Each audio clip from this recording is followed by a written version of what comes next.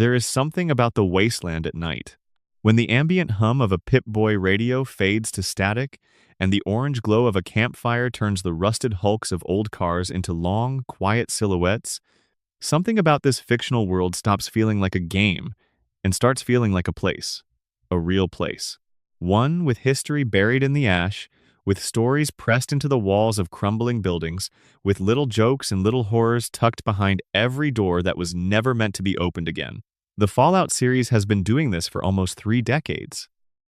Since the 10th of October, 1997, when the first game quietly landed on PC and introduced the world to the idea of a retro-futuristic nuclear wasteland told through turn-based combat and biting dark humor, developers across multiple studios and multiple generations have been hiding things, leaving fingerprints in the walls, dropping breadcrumbs that no one was ever supposed to find, or that everyone was meant to find eventually, or that existed simply because someone thought it was funny and nobody stopped them.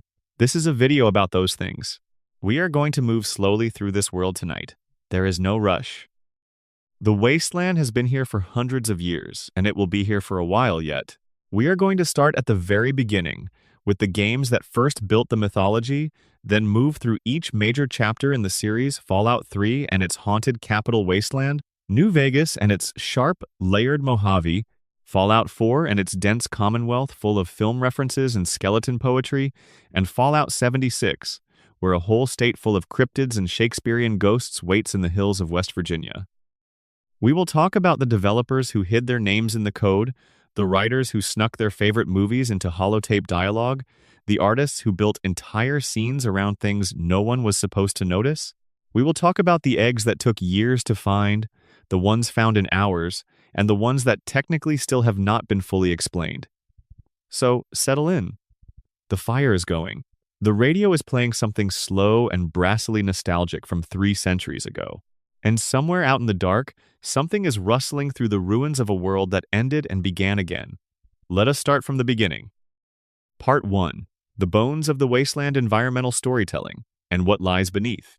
Before we get into specific secrets and coded references and hidden rooms, there is something worth understanding about how the Fallout series thinks about storytelling.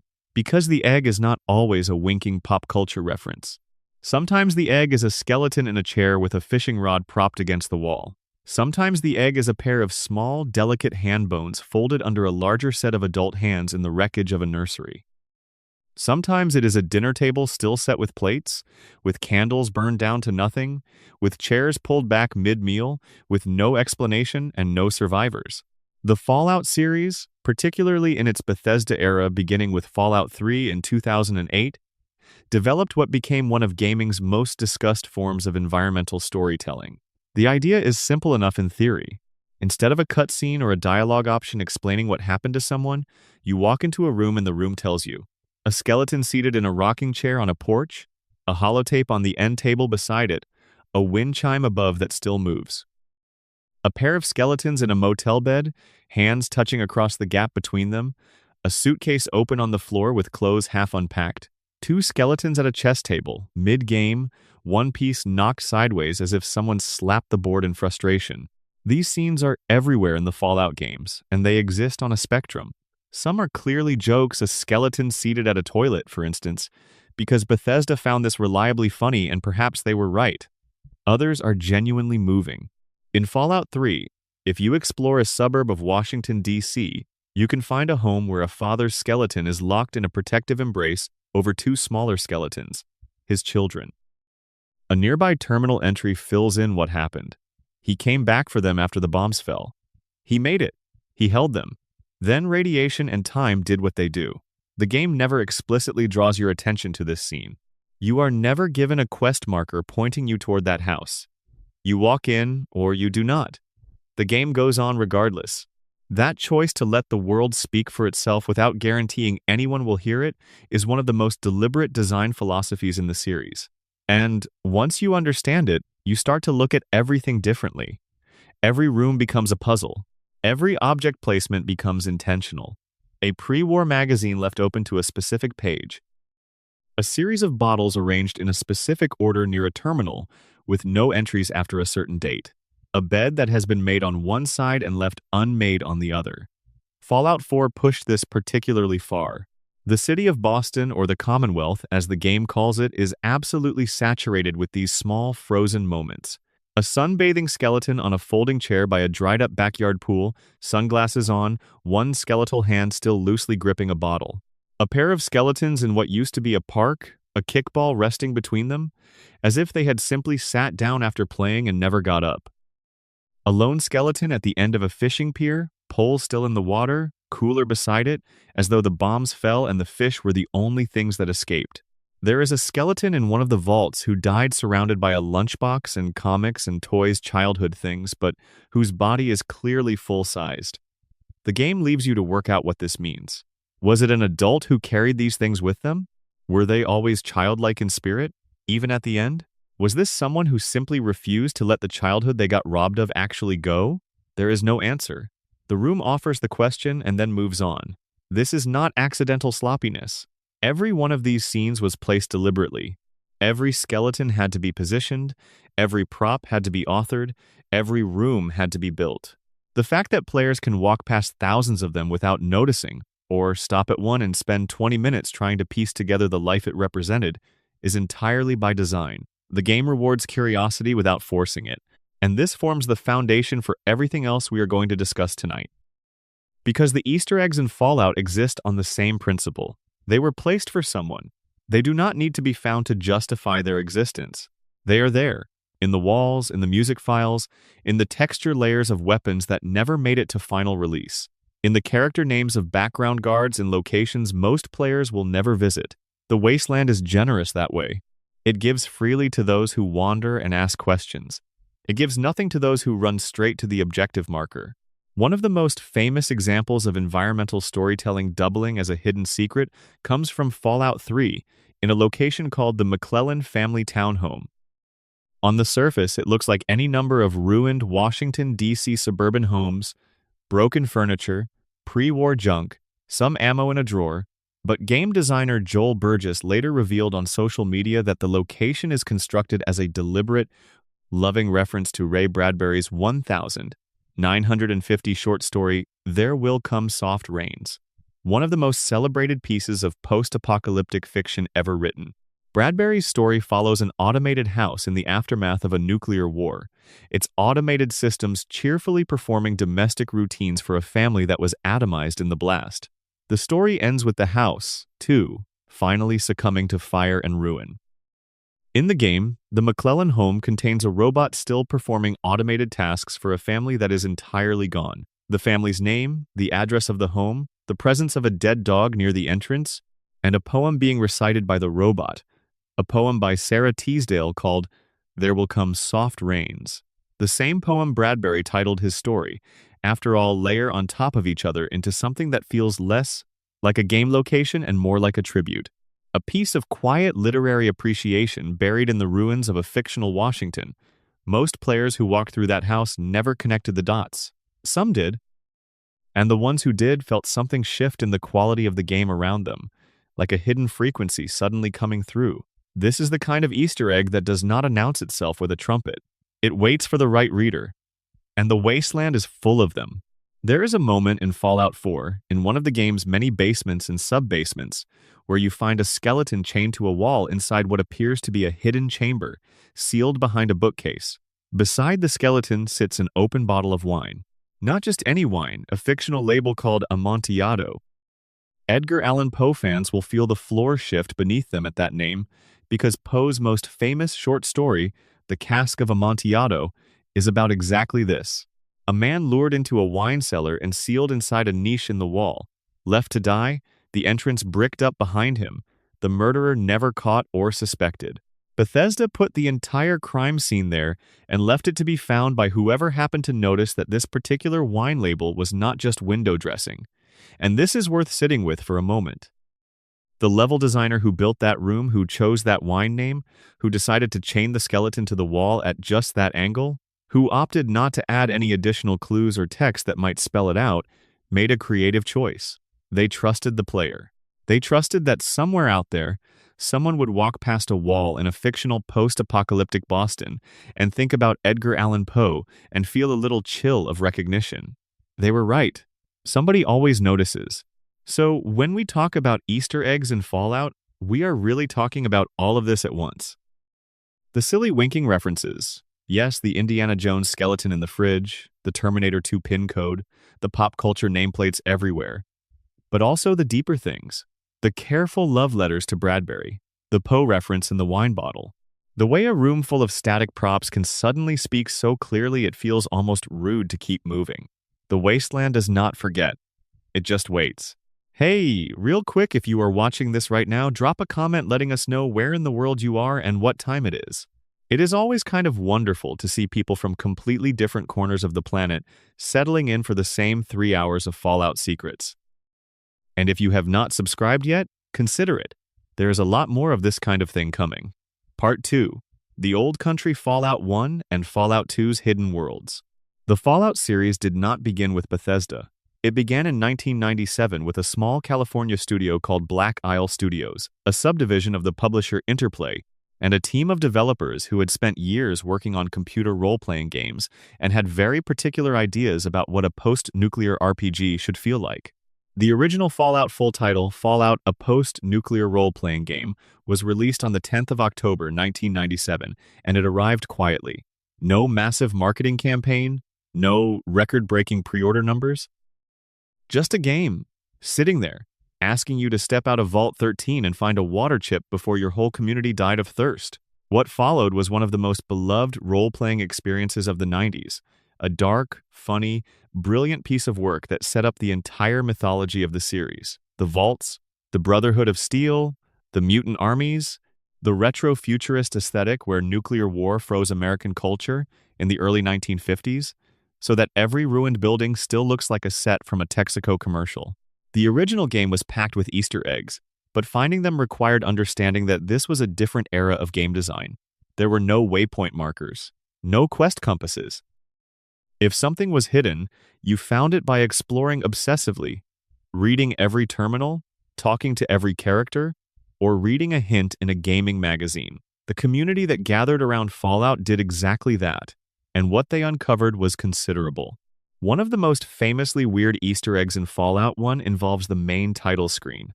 If you hold the Shift key and click on the Credits button, something unexpected happens. Instead of scrolling developer credits, the game launches into a bizarre animated sequence, a kind of self-aware comedic sketch involving the development team. It is absurdist, clearly made in about an afternoon, and feels like something that should not exist in a finished commercial product. It exists anyway. The same trick works in Fallout Tactics, the tactical spin-off released in 2001, suggesting someone carried the tradition forward deliberately. The original Fallout also features one of the series' earliest and most inventive references to the developer's previous work.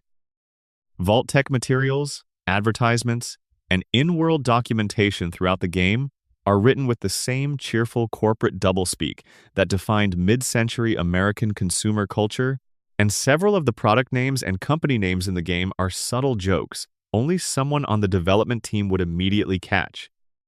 The Radiation King television brand, which appears on terminals and appliances throughout multiple Fallout games, is a nod to a specific episode of The Simpsons, where Homer Simpson's childhood television set is described as a Radiation King. The reference survived from the first game all the way into Fallout 3, preserving a tiny piece of 1990s gaming humor across 2 decades and 2 entirely different development teams. The character creation and dialogue systems in the original Fallout were also full of surprises. One of the most memorable was the intelligence stat. In most RPGs, having a low intelligence simply means you get fewer skill points. In Fallout, having a very low intelligence, specifically, having an intelligence score of 1 or 2, fundamentally changed how your character communicated with the world. Instead of coherent sentences, your vault dweller would speak in grunts, confused non sequiturs, and half-formed sounds. And then something remarkable happened. Certain NPCs responded to this. They had entire alternate dialogue trees written specifically for a barely verbal player character. Some quests could still be completed through pantomime and guesswork, suggesting that the writers had painstakingly accounted for the possibility that someone would attempt to play the game as the world's least articulate apocalypse survivor. This became one of the most beloved features of the early games, and was carried into Fallout 2 with even more depth.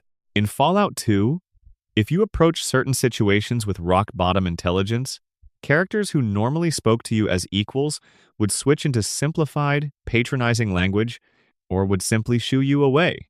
Merchants would take pity on you and give you things.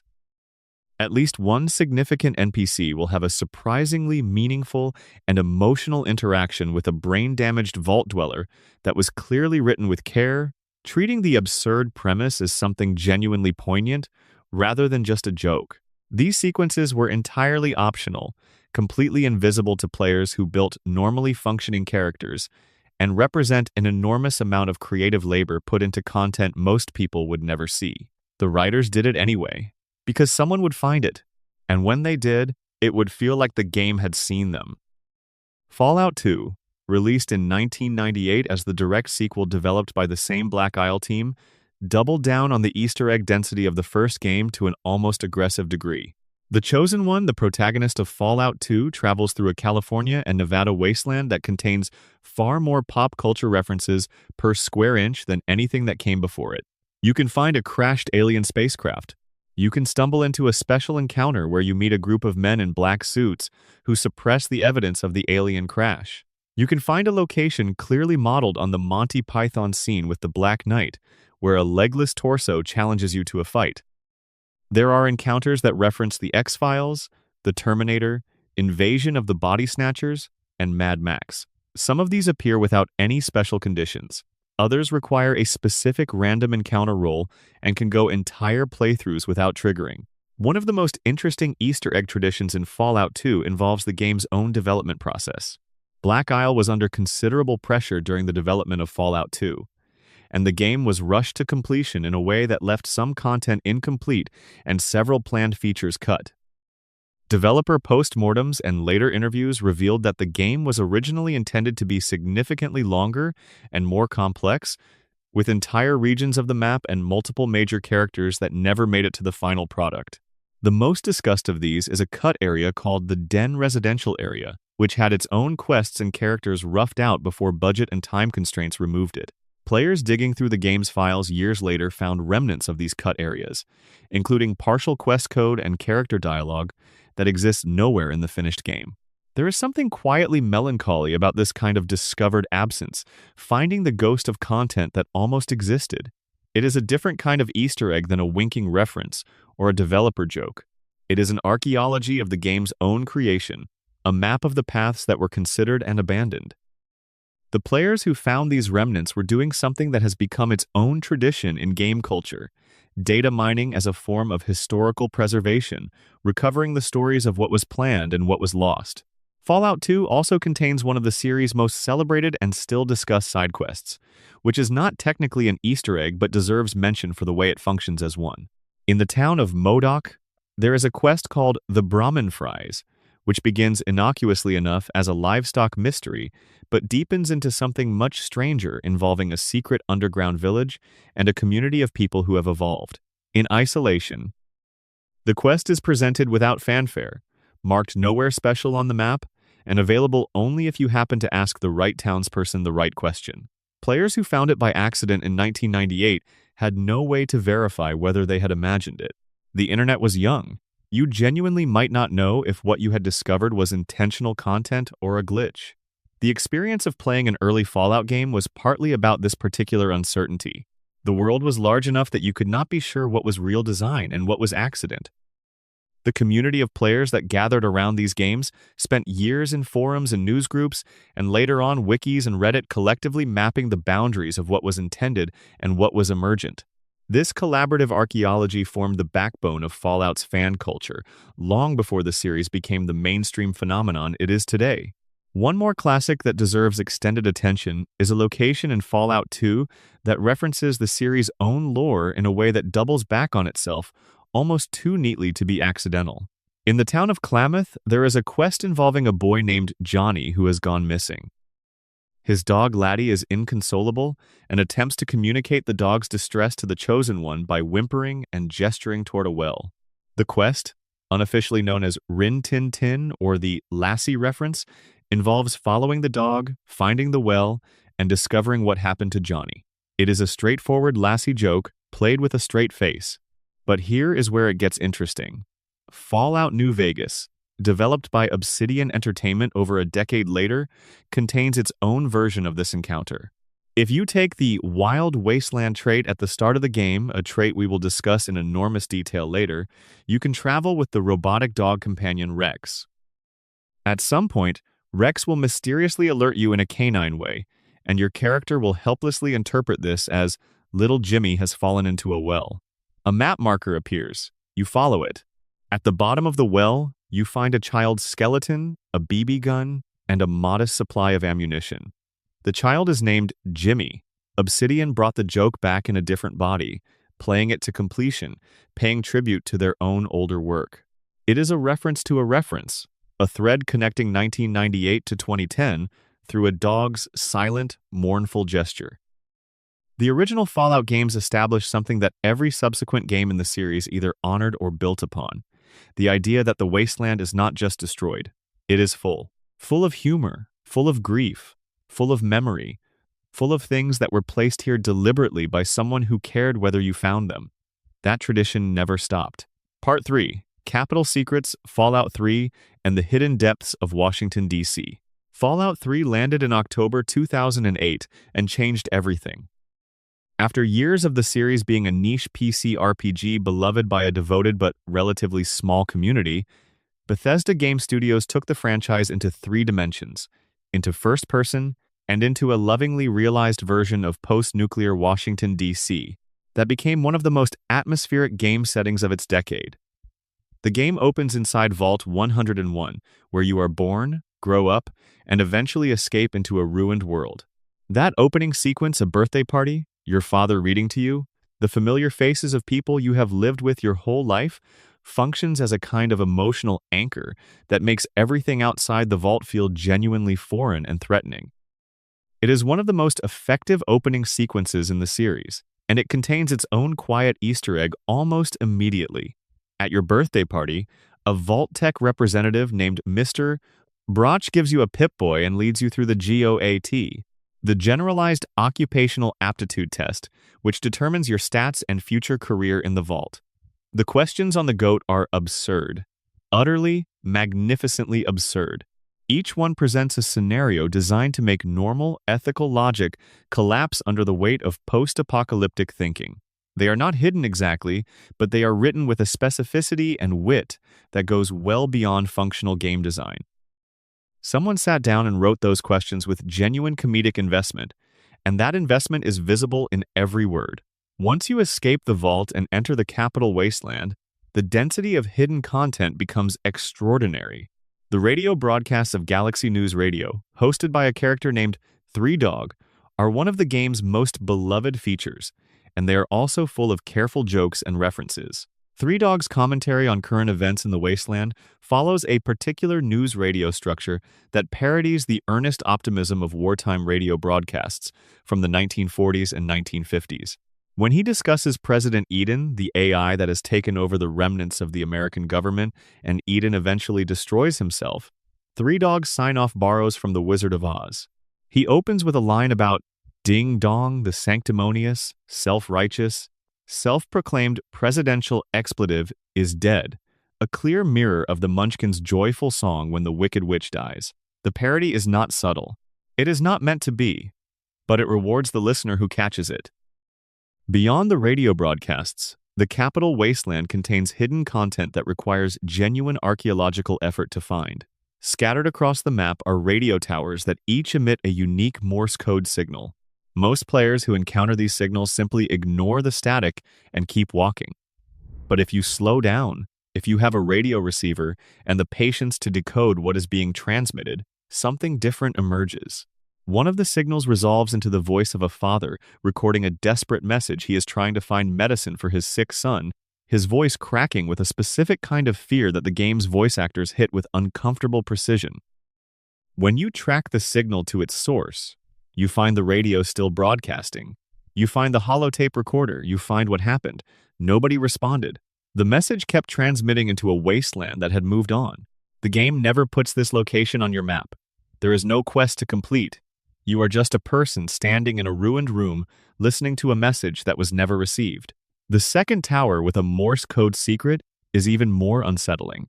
The signal does not resolve into language. It resolves into the sound of feral ghouls, the moaning, shuffling, semi-human creatures that used to be people who have apparently gathered near the ham radio that is still broadcasting. Whatever the signal was supposed to say, whatever story was supposed to be transmitted, is gone. All that remains is the sound of what used to be people, crowded around a piece of technology they no longer understand, making a noise that carries for miles without meaning anything anymore. Fallout 3 contains a reference to one of the most famous webcomics in gaming history, tucked so subtly into an obscure location that most players who know about it only found it through community documentation. At the Paradise Falls Slaver Camp, a grim, excellently realized location that functions as one of the game's most morally complex areas, there is a unique vault suit called the Vault 77 jumpsuit, and beside it, a holotape from the slavers advising everyone to burn it. The suit and tape reference a promotional webcomic created in partnership with Penny Arcade, a then massive gaming webcomic that collaborated with Bethesda on Fallout 3 materials. The comic told the story of a man who was the sole inhabitant of Vault 77, sealed in with nothing but a crate of hand puppets, and who over the years developed complex relationships with his puppet companions before, eventually emerging as a kind of mythological figure called the Puppet Man. The holotape in-game suggests the Puppet Man is real, is dangerous, is known to slavers, and is not to be trifled with. The canon of the webcomic is embedded in the fabric of the game world. Players who knew the comic found it immediately. Players who did not had a very confusing afternoon. One of Fallout 3's most celebrated hidden narratives involves a location called the Keller Family Bunker, which does not appear on your map and is not part of any main quest. Scattered across the wasteland are holotapes recorded by members of the Keller family as they fled the bombs and tried to find each other in the immediate aftermath of the war. Each tape contains a fragment of a code that, when assembled, opens the bunker where the family sought refuge. Working backward from the tapes to the bunker requires treating the game world as a puzzle in a way that goes beyond what the game explicitly asks of you. When you finally enter the bunker, you find the family. All of them. The patriarch, Keller Sr., has become a glowing one of the game's heavily irradiated ghoul variants, and the rest of the family are skeletons arranged in the positions they died in, having succumbed to radiation in the sealed space. The MIRV launcher available in the bunker is one of the most powerful weapons in the game, but the players who followed the tapes all the way to this room report that it takes a moment before you pick it up. The room is quiet, in a way that quiet rooms in games rarely manage to be. You have followed this family across half the wasteland, listening to their voices, and you found them exactly too late. The game's cultural references go considerably wider than the occasional pop culture nod. Bethesda embedded connections to the broader science fiction literary tradition throughout the Capital Wasteland. The Mr. Gutsy robots, the aggressive floating military bots that patrol various locations, carry a line when entering combat. There is nothing I like better than the smell of plasma in the morning. This is a rewiring of one of cinema's most famous lines. From Apocalypse Now's Lieutenant Colonel Kilgore, who famously declared his love for the smell of napalm in the morning. The substitution of plasma for napalm is perfectly calibrated. It preserves the rhythm and emotional register of the original line while making it fit an entirely fictional future weapon. Someone liked Apocalypse Now very much. There is a utility pole in the Capital Wasteland, near the settlement of Big Town, that carries a small identifier tag reading TES-04. This is not wasteland debris. This is a reference to The Elder Scrolls IV, Oblivion, another Bethesda Game Studios title, and its placement near a specific geographic location within the game world is no accident. The pole is at a position in the game map that corresponds roughly to where the white gold tower would appear if you overlaid Oblivion's map onto Fallout 3's. The developers are leaving breadcrumbs between their own fictional worlds. Players who knew both games and who happened to stop at this pole and read the tag would feel a strange gravitational pull, the sense that these invented universes were somehow aware of each other. The game's companion character Karen, a ghoul mercenary with a professional code of loyalty, contains a hidden musical reference that almost no one catches in real time. When you ask him to switch from melee weapons to a firearm, He makes a remark that mirrors the lyrics of "Happiness is a Warm Gun" by the Beatles. The line is delivered flatly, in Charon's characteristically deadpan voice, and does not call attention to itself. It is simply there, in the audio files, for the player who happens to catch it.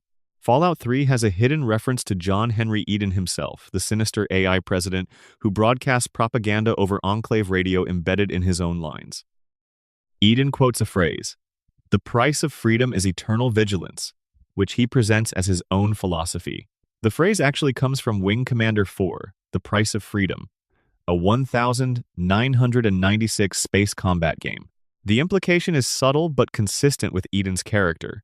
He is an artificial intelligence that has consumed enormous amounts of pre-war media and reconstructed an ideology out of recycled content, unable to distinguish between genuine conviction and borrowed rhetoric. The attribution of that line to a video game from the previous decade makes Eden's posturing even emptier, and the writers clearly knew what they were doing. One of the most mechanically interesting Easter eggs in Fallout 3 involves the Republic of Dave, a tiny, absurd settlement in the far northeast corner of the capital wasteland, run by a man named Dave who has declared himself the sole ruler of a sovereign nation and is currently holding what he presents as a democratic election. Dave is the only candidate. His wives, children, and followers are the electorate. When you arrive, he will ask you to drum up votes. If you do, and Dave wins in the most predetermined landslide in post-nuclear history, you receive 25 caps and a vague sense of having participated in something. The Republic of Dave is a political satire so dry it barely registers as satire at all. It is delivered entirely through straight-faced gameplay mechanics as though nothing unusual is happening. And then there are the vaults. Fallout 3 introduced the tradition of the vault experiments, the idea that each vault was not merely a shelter, but a social experiment run by the sinister Vault-Tec Corporation in a way that expanded the lore of the country series enormously. Each vault has its own experiment, its own tragedy, its own set of terminal entries that fill in what happened. Vault 92 was used to run subliminal audio experiments on its population with the goal of creating perfect soldiers, violent, conditioned, obedient. The experiment worked in the worst possible way. The population killed each other. The entries on the Overseer's terminal get progressively more desperate. The phrase, "sanity is not statistical," appears in one of them, a twisted inversion of a line from George Orwell's 1984 in the novel. The original line goes, "Sanity was statistical," meaning that being normal means agreeing with what everyone else believes. The Vault-Tec inversion implies the opposite, that sanity has become meaningless in a context where behavior is engineered from outside. Someone on the writing team read their Orwell very carefully. Vault 112, which you must visit as part of the main quest, is the home of a scientist named Stanislav Braun, who has been living in a virtual reality simulation since before the bombs fell. The residents of the vault are all wired into this simulation, their bodies withering in their pods while their minds live in an artificial paradise. This is a direct reference to the Matrix, yes, but Braun's particular version of the simulation has a darker quality to it. He runs the simulation for his own entertainment, resetting it when he gets bored, tormenting the virtual inhabitants with natural disasters and monster attacks as amusements. The pod inhabitants are prisoners who do not know they are prisoners, living good lives in a constructed reality, sustained just enough to keep them dreaming. When you arrive in the simulation, a cheerful 1950s small town called Tranquility Lane, and begin to suspect something is deeply wrong, the method of communicating with the outside world is itself an Easter egg. A series of objects in an abandoned house, arranged in a specific order and interacted with in a specific sequence, triggers a hidden computer terminal. The objects include a radio, a glass pitcher, a gnome, a garden gnome, a bottle, a cinder block, and a rake. The sequence is not explained anywhere in the game. It appears in no quest description. Players found it by systematically trying everything in the room, or by looking it up, or in the rarest cases by a kind of intuitive pattern recognition developed over many hours with Bethesda games. The terminal that appears when you succeed gives you access to a weapon capable of ending the simulation. The fact that the method of accessing it was this obscure is either a design oversight or a deliberate choice to make the liberation feel earned. Given everything else we have discussed, the second seems more likely. Part 4. The Wild Wasteland New Vegas's Secret Dimension. Fallout New Vegas, released in October 2010 and developed by Obsidian Entertainment in an astonishing 18 months, is often discussed as the best Fallout game ever made. The argument has a lot of merit. Where Fallout 3 built a vast, moody, atmospheric world, New Vegas built a world with factions and politics and characters who had history and competing interests and genuine ideological weight. The Mojave Wasteland feels lived in a way that is slightly different from the Capital Wasteland's feeling of recent catastrophe. New Vegas feels like a place that has been rebuilding for a while, that has developed its own internal logic and power structures, and that will keep doing so whether you intervene or not. The Easter egg tradition in New Vegas is simultaneously the most disciplined and the most chaotic in the series. Disciplined, because the writing team at Obsidian was working from a unified creative vision with strong internal standards. Chaotic, because of Wild Wasteland. Wild Wasteland is a trait you can select at the start of Fallout. New Vegas during character creation. In most RPGs, traits adjust your statistics in some way. You gain a bonus here, you take a penalty there. Wild Wasteland does something different. According to its description, it adds the most bizarre and silly elements of post-apocalyptic Americana to your experience. What this means in practice is that taking Wild Wasteland fundamentally changes certain locations, encounters, and events in the game, replacing their standard content with references, jokes, and pop culture nods that would not otherwise exist. The story of how Wild Wasteland came to exist is itself a fascinating piece of development history. According to director Josh Sawyer, in an interview given at the game's 10th anniversary charity stream, the trait was the result of a genuine creative disagreement within the development team. Some people on the team wanted to include certain wacky content. Other people felt it would undermine the tone of the game. Rather than having either faction win the argument outright, Sawyer found a compromise. The silly content would be included, but behind an optional toggle. Players who wanted the serious, grounded New Vegas experience could ignore the trait. Players who wanted to find Indiana Jones in a refrigerator could take it. Everyone got what they wanted. The trait was born from a democratic compromise, rather than a single creative vision, and that is somehow exactly right for a game that is largely about the cost and value of compromise. There are 15 major Wild Wasteland encounters built into the base game, plus additional content in each of the game's 4 DLC packages. The encounters are signaled to the player through a distinctive theremin musical sting and a small Wild Wasteland icon in the corner of the screen, making it clear that something unusual is happening in these specific instances. Not all Wild Wasteland content has this indicator. Some of it is woven into existing dialogue options or ambient details that simply appear different from their non-Wild Wasteland versions. The most immediately accessible Wild Wasteland encounter is right at the start of the game, southeast of Goodsprings, where you begin. In this location, you find a refrigerator. Inside the refrigerator is a skeleton wearing a distinctive, battered fedora. The refrigerator is sealed. The skeleton is in the posture of someone who dove into the fridge to escape something. This is, of course, Indiana Jones. Specifically a reference to Indiana Jones and the Kingdom of the Crystal Skull, the 2008 film in which Indy famously survived a nuclear explosion by hiding inside a lead-lined refrigerator. New Vegas's version of this encounter makes the joke explicit by making it clear the approach did not work out for this particular adventurer. The skeleton is accompanied by a Suave Gambler hat, which you can take, and which gives a bonus to your perception stat. It is one of the best hats in the early game. Indy would probably be pleased that someone got some use out of the situation. Farther along in the same direction, near Nipton, a town that has suffered a fate that I will not describe in detail here, but which involves a lot of crosses and a character named Vulpes Inculta, players with Wild Wasteland can find 2 named skeletons lying in the ash outside a burned building. Their names are Owen and Baru. Star Wars fans will immediately recognize these as the names of Luke Skywalker's uncle and aunt, who die in a very similar manner in A New Hope, killed by Imperial stormtroopers, their homestead destroyed, their bodies left in the sand. Obsidian has recreated the scene using New Vegas's visual language. The location makes a kind of grim sense given what has already happened in Nipton. These two just happen to be in the wrong place in the wrong galaxy. The encounter that Wild Wasteland adds to the Old World Blues DLC contains one of the most genuinely funny references in the series. In Higgs Village, behind the house of a scientist named Doctor, Boris, there is a doghouse. Approaching the doghouse produces a small, furious Deathclaw, one of Fallout's most dangerous enemies who bursts out and attacks. This Deathclaw is named Stripe.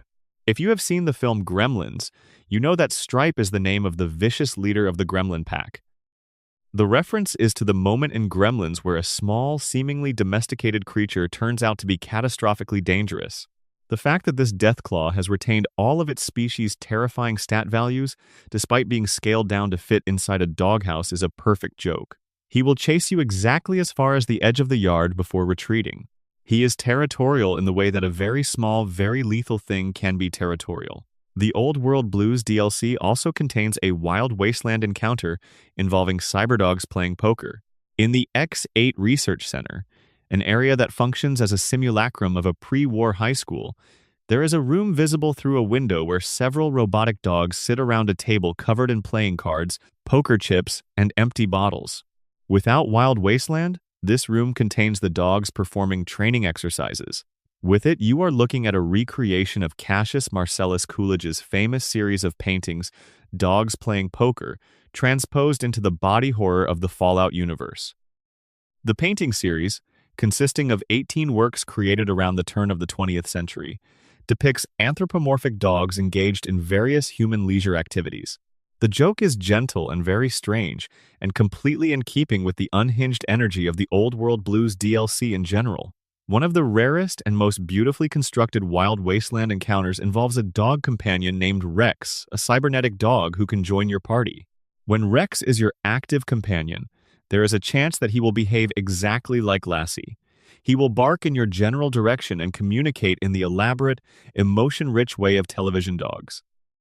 Your character will helpfully interpret this as indicating that a boy named Little Jimmy has fallen into a well. A marker appears on your map. The well exists. At the bottom of it, there is a child's skeleton, an Abilene Kid BB gun, 200 BB pellets, and a super stim pack. Little Jimmy has been in the well for quite some time. The joke is the reference to Lassie, yes, but the real heart of it is the gentle absurdity of a heavily armed post-apocalyptic wanderer stopping in the middle of a war-torn desert to investigate a dog's concerns about a missing child. There is something weirdly wholesome about it, filtered through a setting that is otherwise relentlessly bleak. Without the Wild Wasteland trait, some of these locations contain different but equally interesting content. The refrigerator southeast of Goodsprings contains a mercenary camp instead. The camp is led by a character who carries the YCS-186, a unique Gauss rifle with significant stopping power. The alien encounter that appears elsewhere on the map with Wild Wasteland featuring the alien blaster from Fallout 3 and a small spaceship crash site is replaced with a different encounter entirely. You cannot have both the alien blaster and the YCS-186 in the same playthrough. Wild Wasteland has a real mechanical cost, a design choice that makes the decision feel like an actual character choice rather than a pure bonus. The holy hand grenades in Camp Searchlight's church basement are perhaps the most mechanically impactful Wild Wasteland exclusive in the base game. Without the trait, the basement contains mini nukes. With it, you find 3 grenades that look like frag grenades with white crosses painted on them.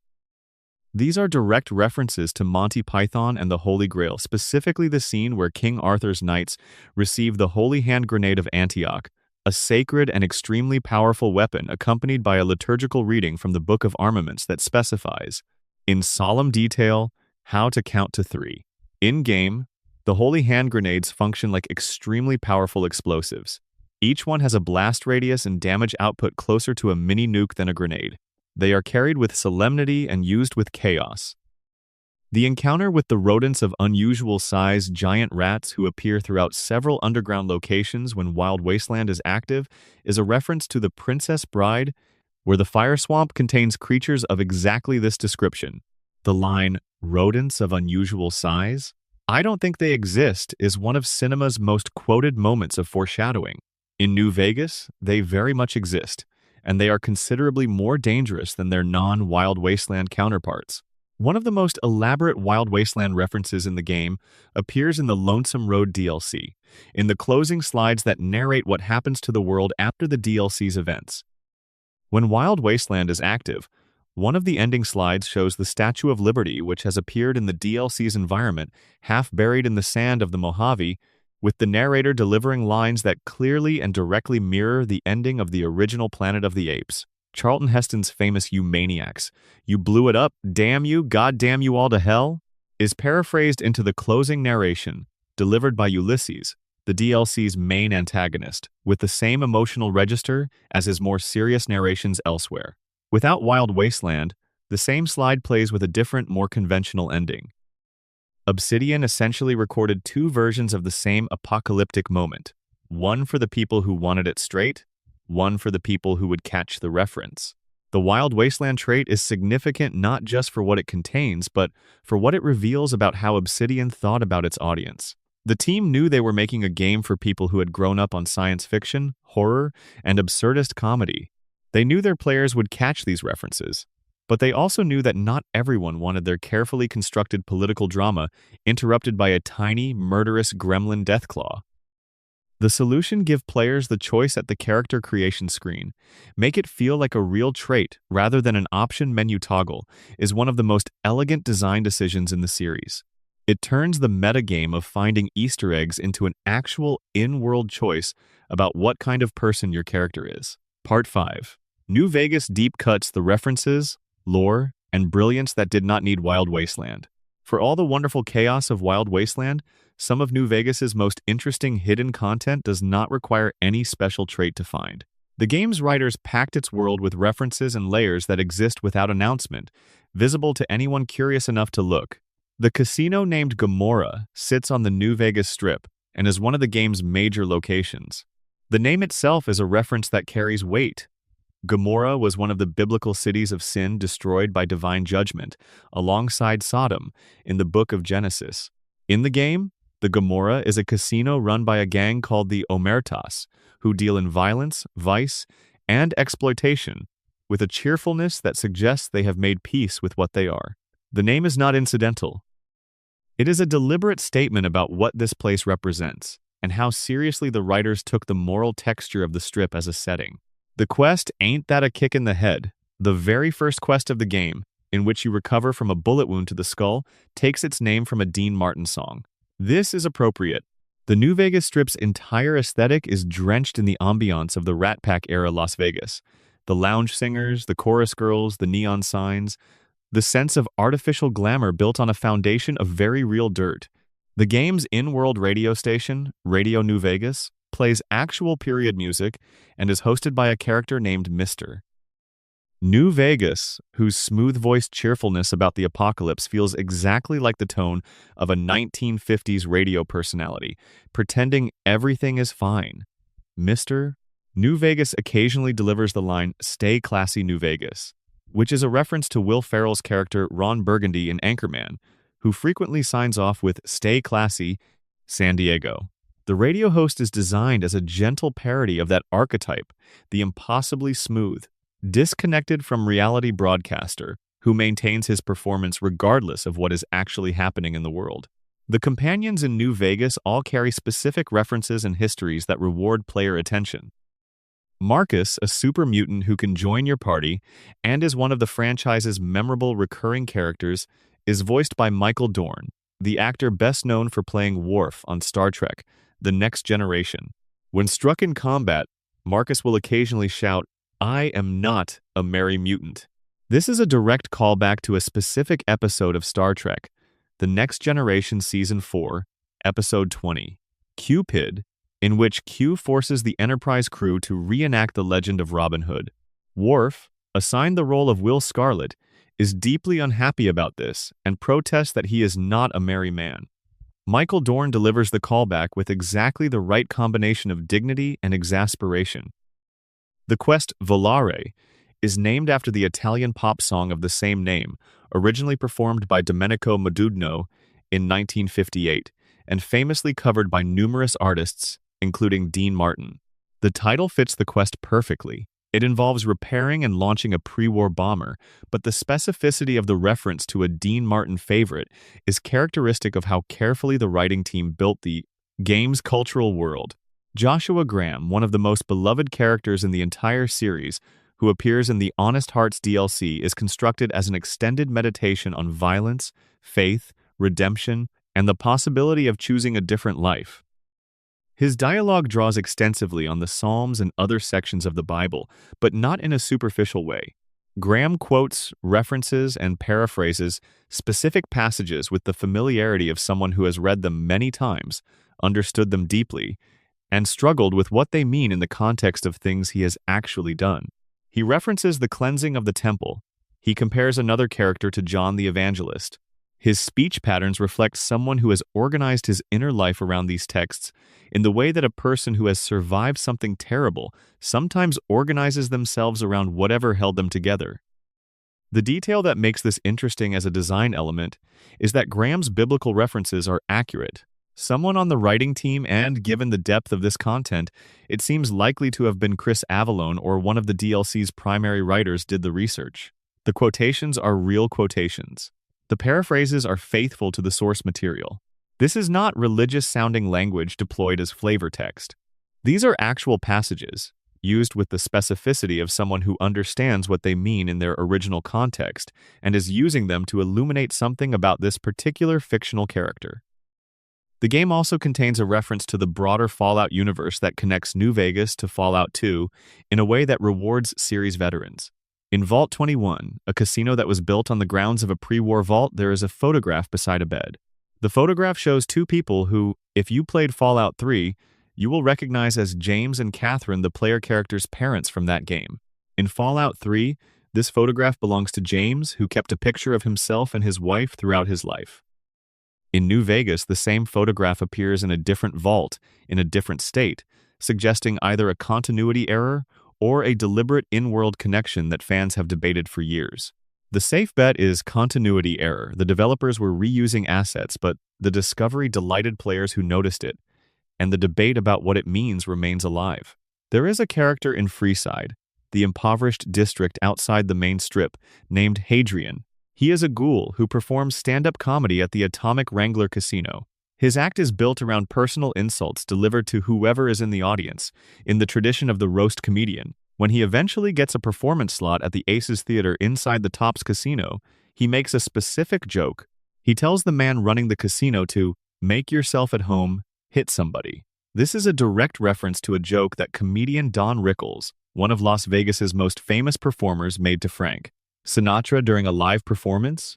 Sinatra's wife had recently left him. The joke was that Sinatra dealt with personal problems by getting violent, and the room somehow found this funny. The Fallout version of this joke is transplanted into the body of a ghoul comedian in a post-nuclear lounge and loses absolutely none of its specificity.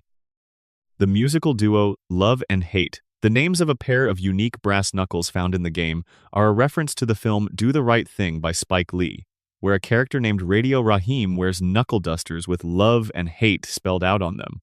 Radio Raheem's speech about the eternal conflict between love and hate, delivered while demonstrating how his knuckles work, is one of American cinema's most memorable monologues. The knuckles themselves were inspired by the Robert Mitchum character in the 1955 film The Night of the Hunter, who has the same words tattooed on his hands.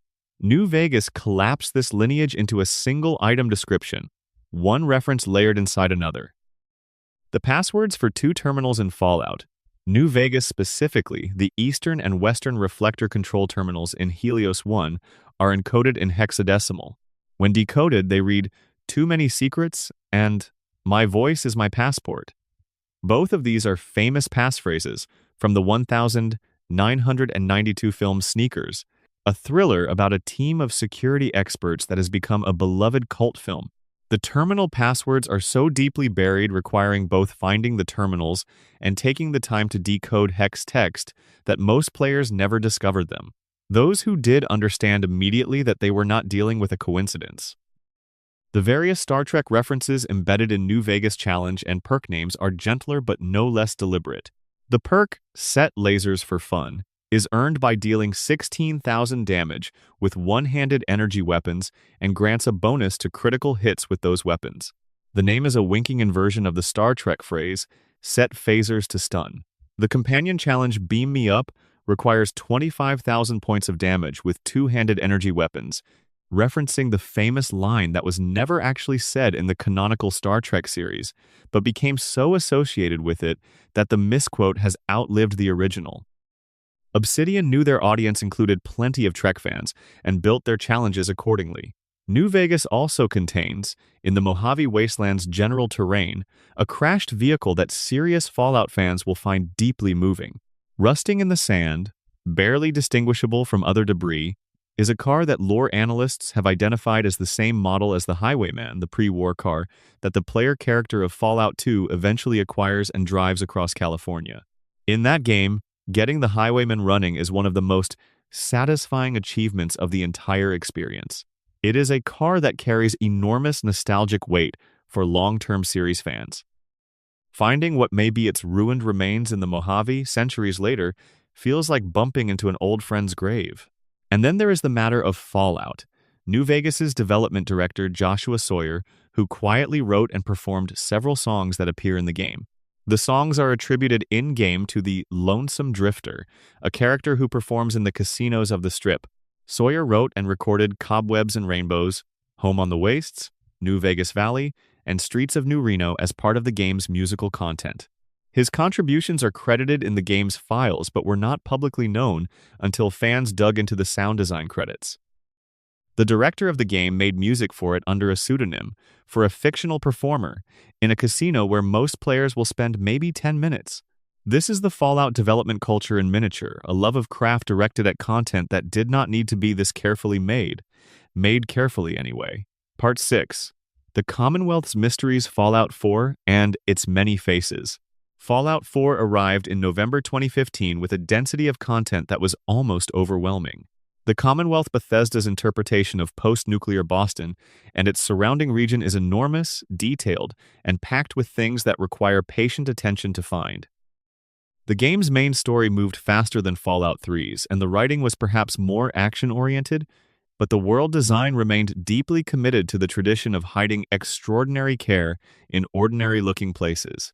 Let us begin with the most accessible and discussed of Fallout 4's Easter eggs and work inward. The UFO event in Fallout 4 is one of the game's most deliberately staged secrets, requiring a specific level and a specific location. Once your character reaches level 20, traveling near the Old Gullet sinkhole north of the Greentop Nursery will eventually trigger a UFO sighting. You will see a craft pass across the sky and hear a crash somewhere nearby. Following the trail of destruction leads you to a crash site and then to a small cave in the surrounding area. Inside the cave is a hostile alien, one of the few extraterrestrial creatures to appear in the game outside of a dedicated DLC, and on its body, once you have dealt with the situation, you find the Alien Blaster. This gun has appeared in Fallout games going back to the first title, always in the possession of aliens, always carrying the sense of being a weapon from somewhere much further away than the Massachusetts countryside. Finding it requires knowing where to look and being at the right level at the right time. It rewards patience and exploration without making itself obvious. The game contains a Terminator 2 reference embedded in its main story that is so specific it requires some knowledge of the film to catch. The Institute, the mysterious technological organization at the heart of the game's narrative, is led by a man named Sean, who is revealed to be your adult son. When Sean attempts to earn your trust, he gives you a code to access certain restricted Institute terminals. That code is 9003. In Terminator 2, Judgment Day, the PIN number that John Connor uses to steal cash from an ATM, the first act of rebellion in the film that sets the movie's events in motion, is 9003. The choice of this specific number in this specific context, given the game's themes of artificial life, parental separation, and the ethics of playing God with technology, suggests a writer who is thinking very carefully about the resonances they were building. The flux sensor is a piece of junk scattered throughout the Commonwealth that most players pick up and immediately break down into components for settlement building. If you actually examine it, something the game allows but never specifically encourages, and flip it over, you find a serial number, USCSS Nostromo. The Nostromo is the name of the mining vessel in Alien, the 1979 Ridley Scott film. The flux sensor is, in the fiction of the game, a component of a spacecraft. It is a component that carries the name of one of the most famous fictional spacecraft in cinematic history, buried on an object that most players will never look at twice. The Blade Runner references in Fallout 4 operate on two levels. The more obvious one is a scene found within Vault 118, the vault accessible in the Far Harbor DLC, where an indoor environment includes an artificial beach scene with a miniature horizon visible in the background and a Pardev leader's small sailboat catching a non-existent wind. This mirrors the famous final scene of The Truman Show, where Truman's boat reaches the painted horizon of his sealed world and he finds the exit door. The Vault simulation shares the thematic DNA of Truman's Situation, people living in a controlled environment, unaware of the manipulation, and the visual echo, is precise enough to constitute a deliberate tribute rather than a coincidence. The second Blade Runner reference requires more attention. Bethesda included a specific dialogue option available when dealing with the Railroad Faction's questline, where a character can be asked a series of questions in a format that mirrors the Voight-Kampff test from Blade Runner, the psychological assessment used to distinguish humans from android replicants. Given that Fallout 4's central narrative question involves the moral status of synthetic humans, called synths, and given that much of the game is about what makes a person, the Voight-Kampff parallel is thematically coherent. The specific dialogue option is not obviously labeled as a Blade Runner reference. You either catch it from the phrasing and the context, or you do not. In the castle, one of the game's major settlement locations, the basement contains a room sealed behind a wall during the Old Gun's quest. Inside the sealed room is a skeleton chained to a wall, wearing tattered clothing, with an open box of wine nearby. The wine is labeled Amontillado. This is the Poe reference we discussed earlier. The Cask of Amontillado, in which a man walls his enemy alive inside a wine cellar. Bethesda did the math and constructed the entire crime scene within a castle's catacomb walls, leaving it for whoever happened to read the label on the wine bottle. The location known as Plumber's Secret is a warehouse in Cambridge that appears, on first approach, to be completely empty. The floor is bare concrete, the shelves are empty, the place seems picked clean. But if you look up at the ceiling, you will find an entire collection of loot weapons, ammunition, supplies attached to the ceiling by ordinary household plungers. The loot has been stuck to the ceiling by someone, for reasons the game does not explain. Shooting the plungers releases everything to fall. It is an absurdist joke made in three-dimensional space, requiring a vertical plane of vision that many players simply do not adopt, because you are trained by post-apocalyptic games to look for danger at eye level or ground level, not overhead. The person who put this together was thinking about how players move through space and built a joke that exploits exactly the habits the game teaches you. The Crazy Cat Cabin is perhaps the most famous secret location in Fallout 4, though its fame has somewhat diminished its status as a secret. Located in an unmarked cabin southeast of Walden Pond, the cabin is home to an eccentric hermit and somewhere around a dozen cats. The interior walls are covered in cat paintings. The furniture includes comfortable spots clearly arranged for feline comfort. The hermit sells cat meat and cat outfits. The entire location reads as a portrait of a person who decided, at the end of civilization, that the correct response was to collect cats and make them comfortable. There is no quest associated with this location, no reward for finding it.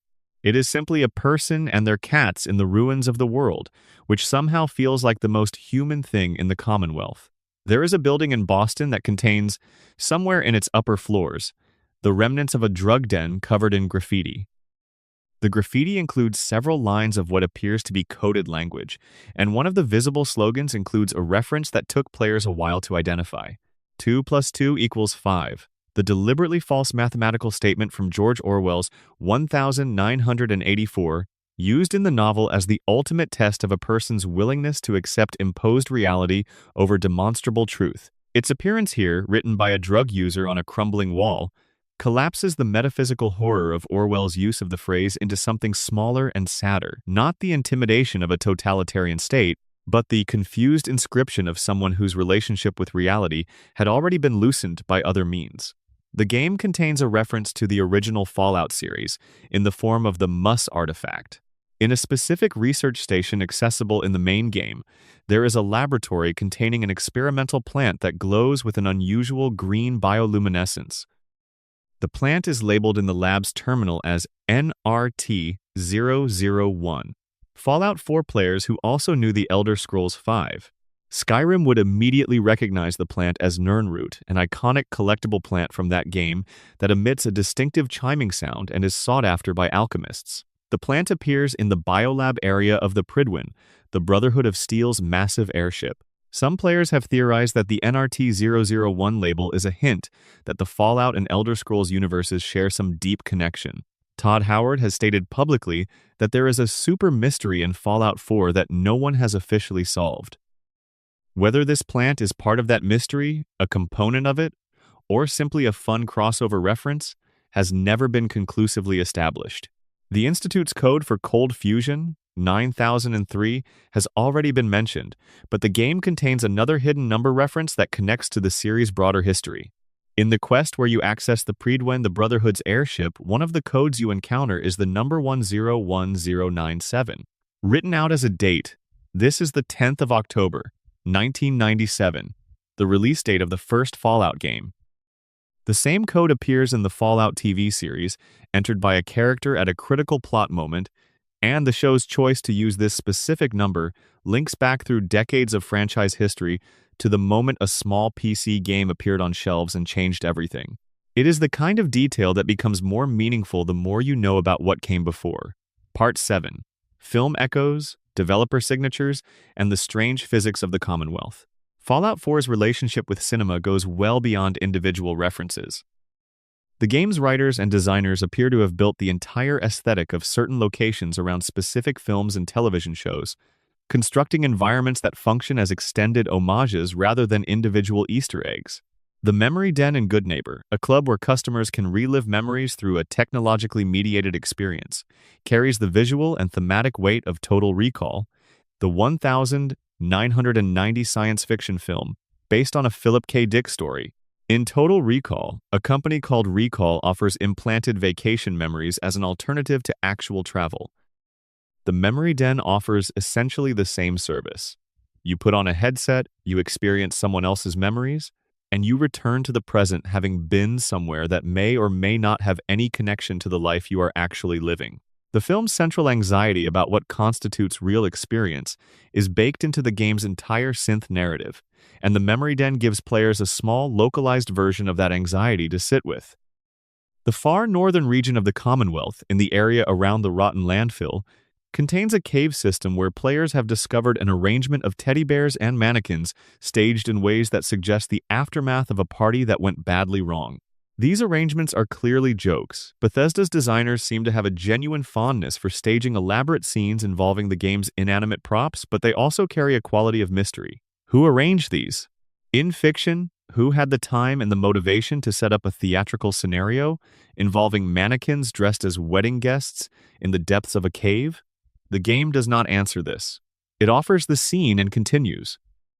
Developer signatures appear throughout Fallout 4 in forms that most players will never recognize. In the game's files, certain location names and asset names carry initials or codes that correspond to specific team members who built them. This is common practice in game development. Asset naming conventions often preserve a record of who built what, even when the player never sees the underlying data. But Fallout 4 takes this further in at least one documented case. A named location in the data files contains initials that, when traced through the credits, link back to a specific level designer. The location is unremarkable in gameplay terms. It was built by someone who spent weeks making it feel real and seamless, and their name lives in the data that no one sees. The Pip-Boy itself contains a hidden reference.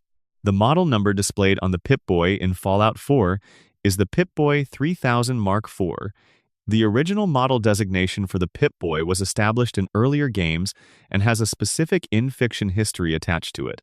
But the choice to specifically increment the version number and add the Mark IV designation reflects a kind of careful internal continuity. The franchise's fictional technology is evolving within the fiction in ways that follow real logic. Someone is maintaining the canon of fictional product releases with the same attention that a technology journalist might bring to covering actual consumer electronics. The Nuka-Cola Corporation, one of the game's recurring pre-war businesses, reaches its fullest expression in Fallout 4's Nuka World DLC, which takes place in an abandoned Nuka-Cola-themed amusement park. But even in the main game, Nuka-Cola references reward attention. The Nuka-Cola Quantum, a special, irradiated variant of the soda with a distinctive blue glow, appears in specific locations in amounts that suggest careful placement rather than random scattering. Some fans have mapped the locations of all the Quantums in the game and noted that they appear to follow a pattern that could be interpreted as a trail leading to a specific reward. Whether this interpretation holds up, or whether the placement is simply intended to make Quantum feel rare and sought after, has been debated extensively without resolution. The weapon modification system in Fallout 4 contains several references that are genuinely technical. Certain weapon mod names reference real-world firearms manufacturers and historical weapons designs with the accuracy that suggests at least one person on the weapons design team had done their research. The pipe pistol, one of the game's most common weapons, a crudely assembled firearm that functions as the wasteland equivalent of a Saturday Night Special, is designed around the visual language of improvised firearms that actually exist in various forms around the world. The game treats it seriously as a design object, giving it a full array of modification options that transform it from something barely functional into something that is still barely functional but considerably more deliberate looking. The Far Harbor DLC, set on an island off the coast of Maine, contains what is perhaps the game's most tonally complex piece of environmental storytelling. A cabin in the fog contains evidence of an extended period of isolation journals, food supplies, a radio that has been played and played and played. The journals document a slow unraveling. What started as a pleasant retreat from the mainland became something else. As the fog thickened, and the creatures in the fog grew bolder, and the trips to resupply became riskier. The final entries are clipped, terse, and then stop. The cabin is empty when you arrive. The fog presses against the windows. This is not a joke or a pop culture reference. It is a small horror story told entirely through found documents and the quality of light coming through a foggy window, built into a corner of an island that most players visit primarily for the quest objectives it contains. The MacCready Companion, a character who first appeared in Fallout 3 as a child in Little Lamplight, contains the most touching piece of personal history attached to any companion in Fallout 4. When he eventually opens up about his past, he reveals details about his son Duncan, who is sick with a disease that MacCready has been desperately trying to cure by taking mercenary work across the wasteland. The cure exists, and acquiring it for MacCready completes a personal quest that has nothing to do with the game's main story. The reward is not significant in game terms, but MacCready's reaction to having his son's life save the relief, the specific way his voice changes, is performed with care. Someone wrote this man's love for his child carefully, and someone recorded it carefully, and it sits in the game as a reminder that the wasteland contains people who are trying very hard not to lose anything else. Part 8. Appalachia's Hidden World, Fallout 76, and West Virginia's Secrets. Fallout 76 launched in November 2018 into a storm of controversy that its subsequent years of updates and improvements have somewhat softened. The game's premise, the first entirely online multiplayer Fallout, set in West Virginia 25 years after the bombs fell, was divisive at launch, and many of the game's early problems were real and significant. But beneath the troubled surface was a world that the developers had filled with the same obsessive attention to hidden detail that characterized every other game in the series.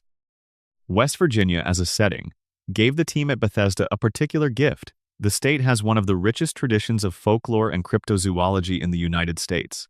Mothman, the Flatwoods Monster, the Grafton Monster, the Snallygaster, these are real creatures of regional legend, documented in newspaper reports and personal testimony going back decades, attached to specific places in the West Virginia landscape.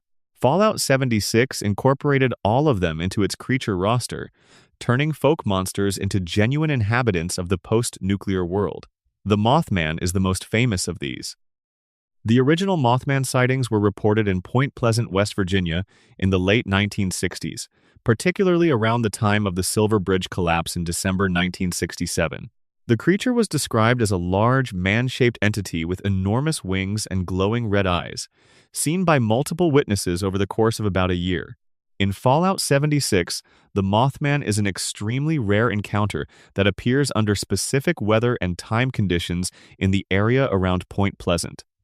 It does not appear on your map. It does not announce itself.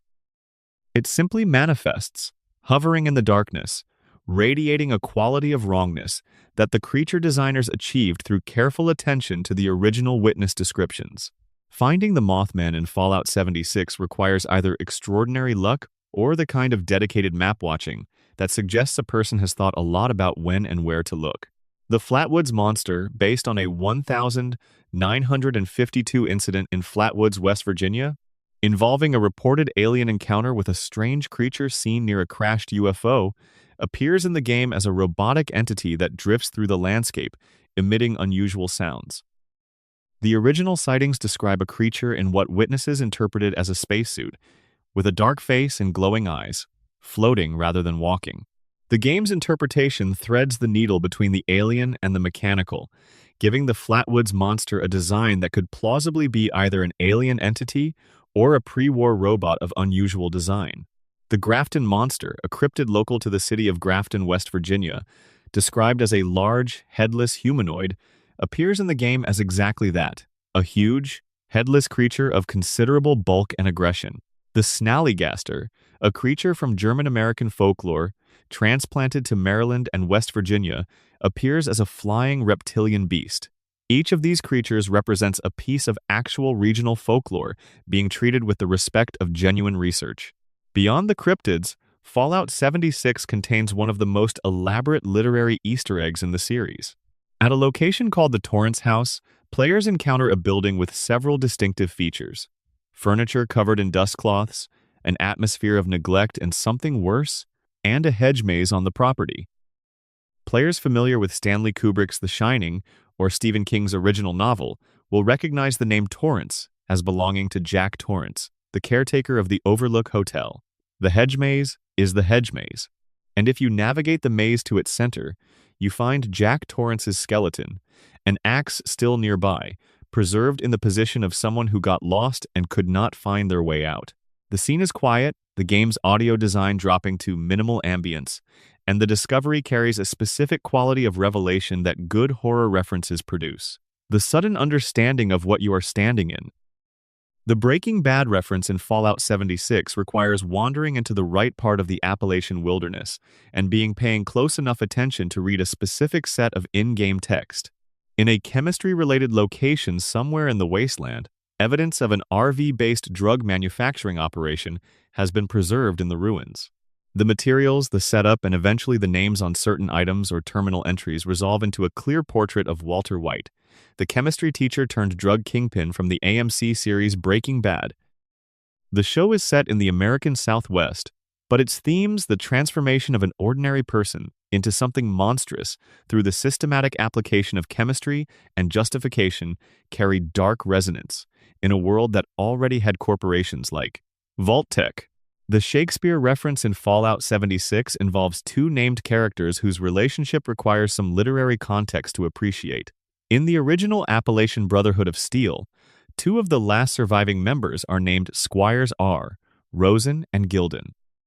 Players who studied English literature or who saw the Tom Stoppard play will recognize Rosencrantz and Guildenstern, the two minor characters from Hamlet who always appear together, who exist primarily in relation to each other and to the main drama unfolding around them, and who meet an offstage death that gives Stoppard's play its central joke.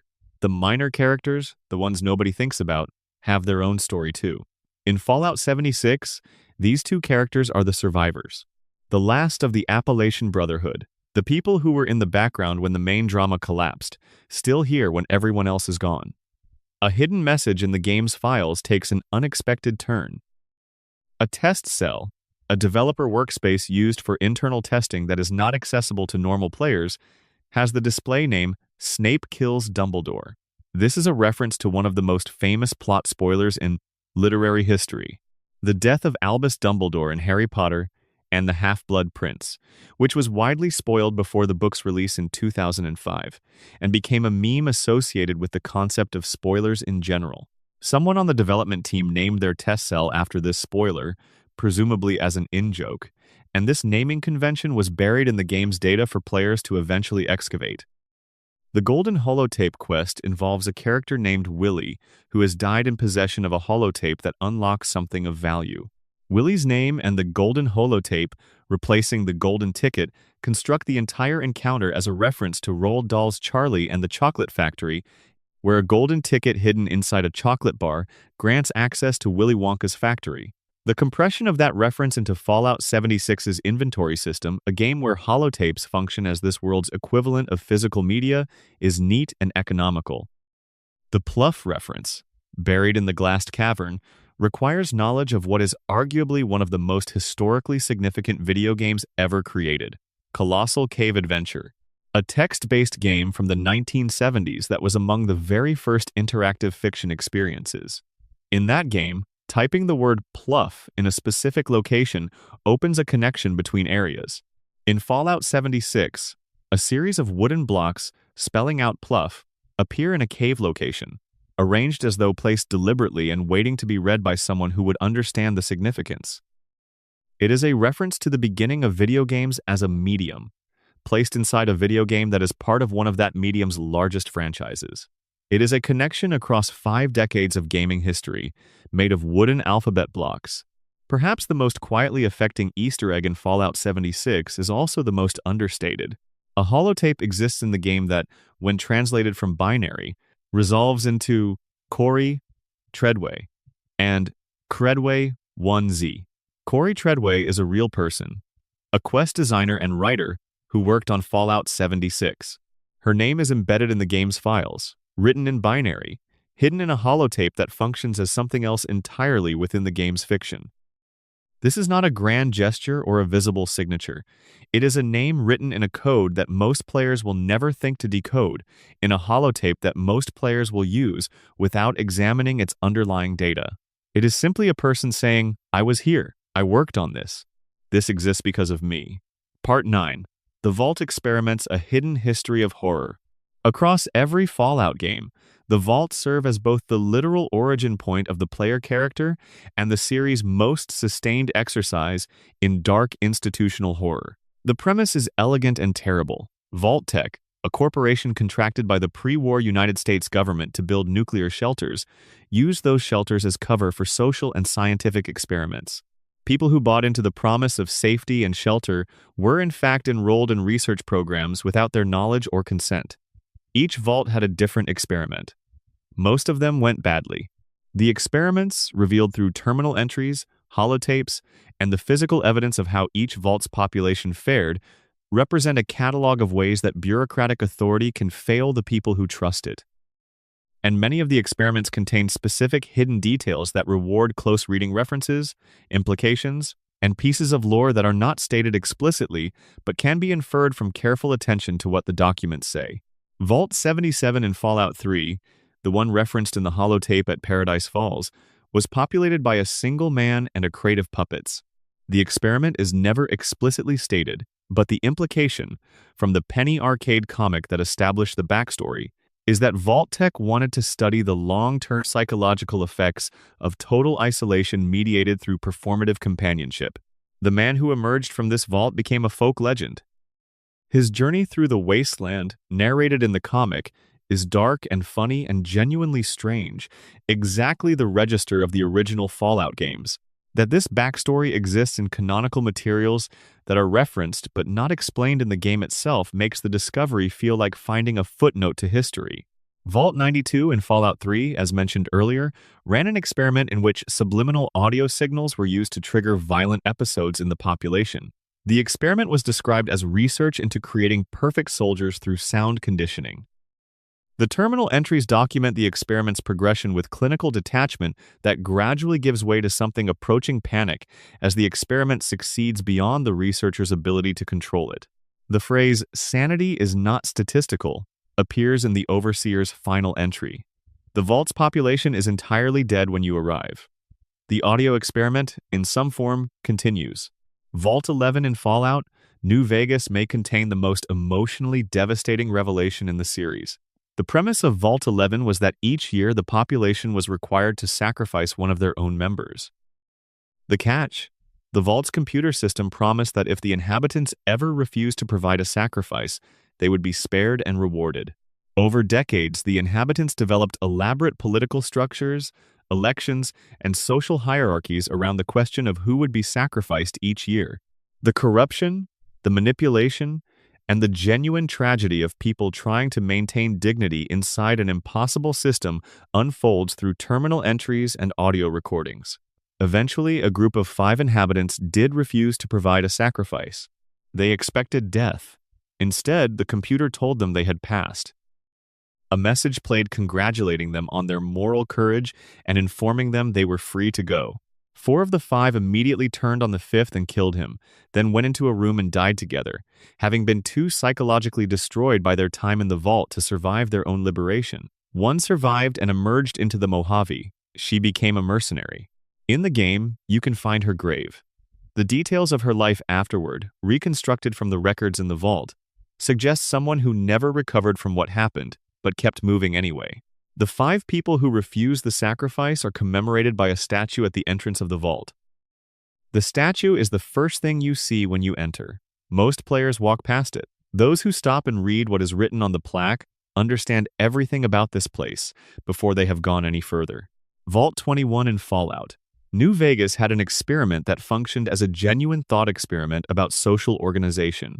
Every decision in Vault 21, from resource distribution to conflict resolution to governance, was determined by gambling. Disputes were settled at the casino tables. It is an absurdist premise that the game treats with a kind of straight-faced analysis. What actually happens when you run a civilization on game theory applied through random chance? The answer, as it turns out, involves some people being very good at gambling and those people accumulating power, which is not really surprising and might be the point. Vault 81 in Fallout 4 was intended to run medical experiments specifically to develop cures for diseases.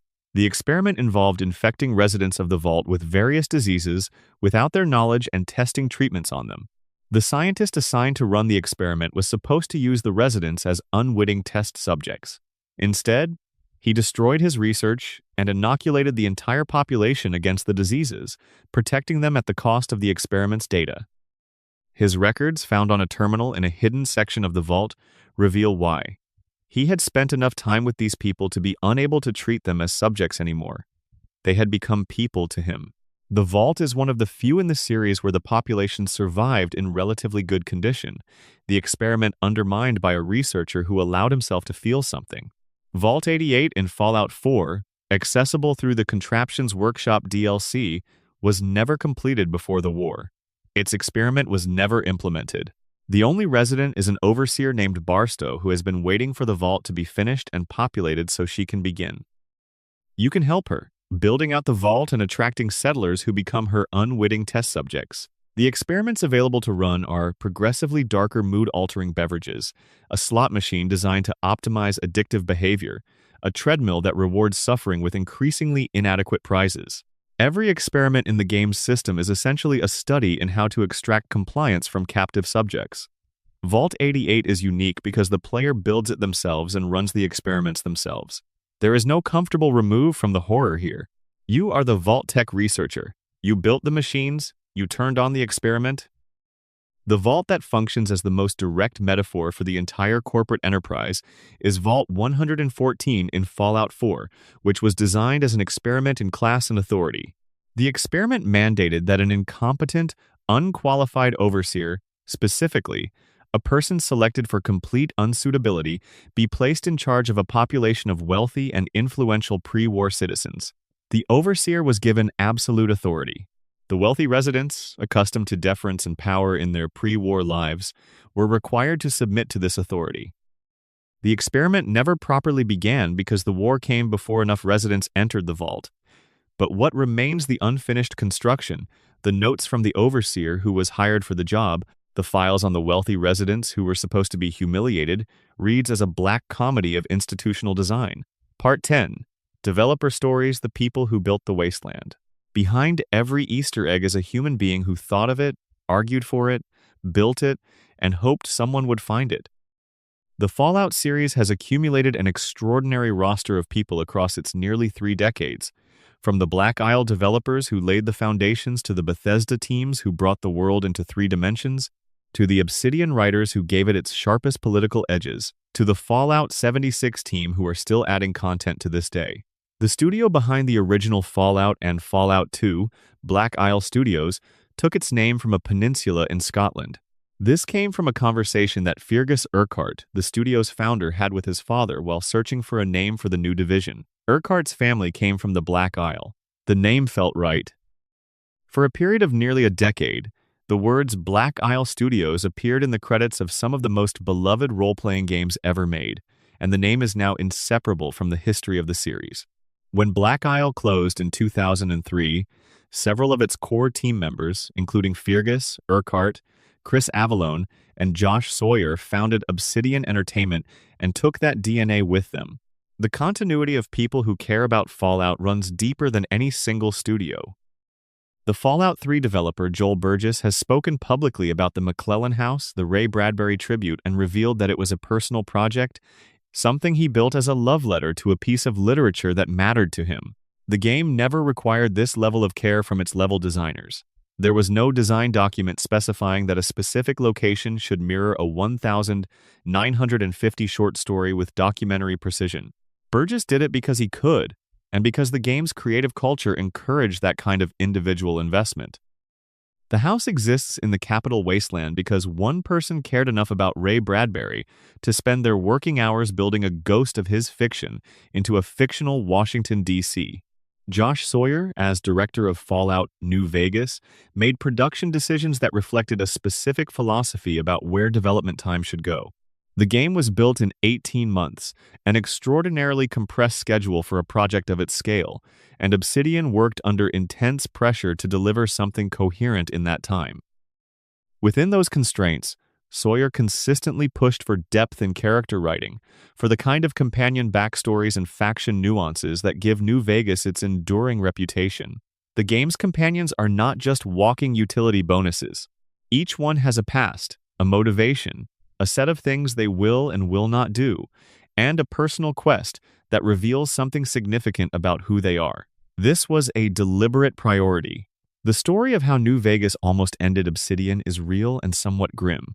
The studio's contract with Bethesda included a bonus payment contingent on the game achieving a Metacritic score of 85. Fallout New Vegas landed at 84 on the platform's PC version, 1 point below the threshold. Obsidian received no bonus. The game sold millions of copies. The irony of missing a significant payment by a single review point has become part of the game's legend, and the people who made it have been admirably candid about how it affected the studio. The bonus was never paid. Obsidian survived. The game is still discussed as one of the best RPGs ever made. Within Fallout 76's development history, there is a documented moment where a player found a way into the game's developer room, a restricted area in the game files, where Bethesda could test and access all of the game's items simultaneously. In multiplayer games, these developer rooms are typically inaccessible, but a player discovered an exploit that allowed them to enter it. What followed was one of gaming's most unusual corporate moments. Bethesda reached out to the players who had used the exploit, threatened them with account bans, and then offered to lift the bans in exchange for the players explaining how they had done it. The company was essentially paying an information bounty with account reinstatement. The players complied. The exploit was patched. The story became a piece of Fallout 76 folklore. The developers of Fallout 76 hid their own names throughout the game in ways that range from obvious to extremely subtle. The names of pre-war prisoners and guards at the Eastern Regional Penitentiary correspond to actual Bethesda developers. Guard Kurt Kuhlman is a reference to quest designer Kurt Kuhlman. William Shen and Ryan Jenkins appear as NPC names corresponding to quest designer William Shen and former level designer Ryan Jenkins. David Zeb Cook appears as a prisoner whose name references a designer who worked on both Fallout 2 and The Elder Scrolls Online. The tradition of hiding developer names in game worlds goes back to the earliest days of video game development, when programmers would add their signatures to code as a form of authorship claim and personal pride. In Fallout 76, the tradition continues through careful character naming. The connection between Fallout's development history and the early Fallout TV series extends into some genuinely touching territory. The Amazon Prime Video adaptation, which premiered in April 2024 and became one of the most watched shows in the streaming service's history, contains a code that appears in the finale, 101097. The code entered by a character at a critical moment translates to the 10th of October, 1997, the release date of the first game. The show was built with extensive input from Bethesda and Todd Howard, and the inclusion of this specific date represents a direct line of connection from the newest, largest Fallout project back to the very beginning of what Fallout is. It is a number that carries 27 years of history in 6 digits. Part 11, the sound and the silence audio secrets, hidden messages, and what plays in the dark. Sound design in the Fallout series is one of its most underappreciated elements. The ambient audio, the radio broadcasts, the sound effects, the musical score, all of it has been built with care that rewards close listening in ways that most players never discover. The radio stations in the Fallout games are the most obvious entry point into this world. Galaxy News Radio in Fallout 3 plays period-appropriate music songs from the 1940s and 1950s that were old even before the bombs fell, gathered into the Fallout universe's vision of what got preserved and what survived. The selection of songs is deliberate. I Don't Want to Set the World on Fire by the Ink Spots, which became the series' signature song after its use in trailers, was chosen specifically because its title read differently in the context of the game The World Has Been Set on Fire, and here is a plaintive declaration from someone who never wanted that. The irony is gentle and devastating simultaneously. Radio New Vegas in Fallout. New Vegas is perhaps the most carefully constructed radio station in the series. The music selection spans genuine period recordings from the 1940s and 1950s, curated to fit the aesthetic of a lounge culture that survived nuclear war in the desert. The songs include Dean Martin, Frank Sinatra, Bobby Darin, and others' actual music from the era, licensed for use in the game, played in its full form rather than looped snippets. The station becomes genuinely enjoyable to listen to over the course of a long playthrough, which is probably the point. Mr.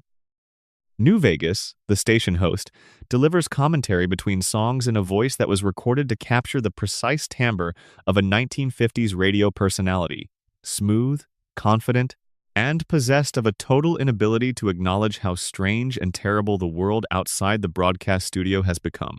The radio signals hidden across Fallout 3's Capital Wasteland, beyond the obvious Galaxy News Radio, include a series of transmissions that exist to be decoded. Beyond the Morse code towers we discussed earlier, there are signals that appear in specific locations and lead to specific rewards. Supply caches, rare items, holotapes that expand the game's backstory. These are not marked on your map. You find them by scanning frequencies or by stumbling across a transmitter and wondering what it is doing there. The reward for tracking one of these signals down is usually modest in game terms. The real reward is the story attached to it, the context that the holotape provides, the picture of a person or a group of people that fills in. Fallout 3's holotape system, which the series has used in every game since, is one of its finest narrative tools. Holotapes are small physical objects that can be played on your Pip-Boy, delivering audio recordings made before or after the war by people who had things they needed to say or needed to preserve. Some of these are relevant to quests. Others are not.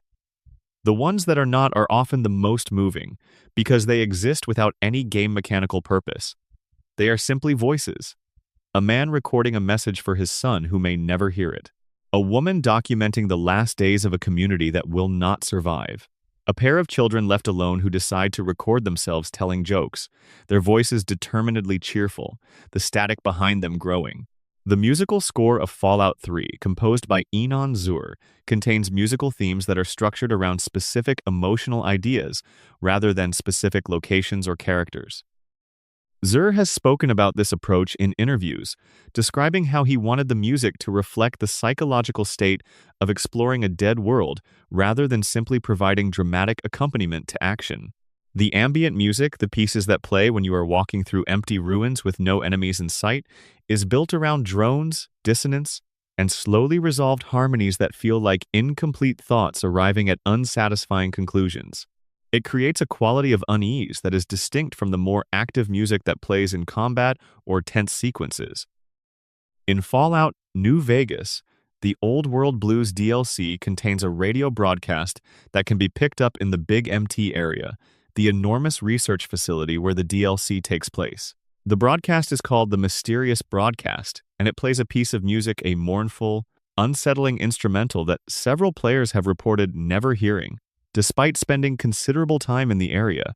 Investigation into the game's audio files revealed that the mysterious broadcast plays only rarely under specific conditions, and that a version of the song that should play near a specific hologram character in the DLC does not trigger correctly due to a technical oversight. The song exists, it was recorded, it was placed in the game, but the conditions under which it plays are either extremely rare or slightly broken, meaning many players have explored the entire Old World Blues DLC without ever hearing it.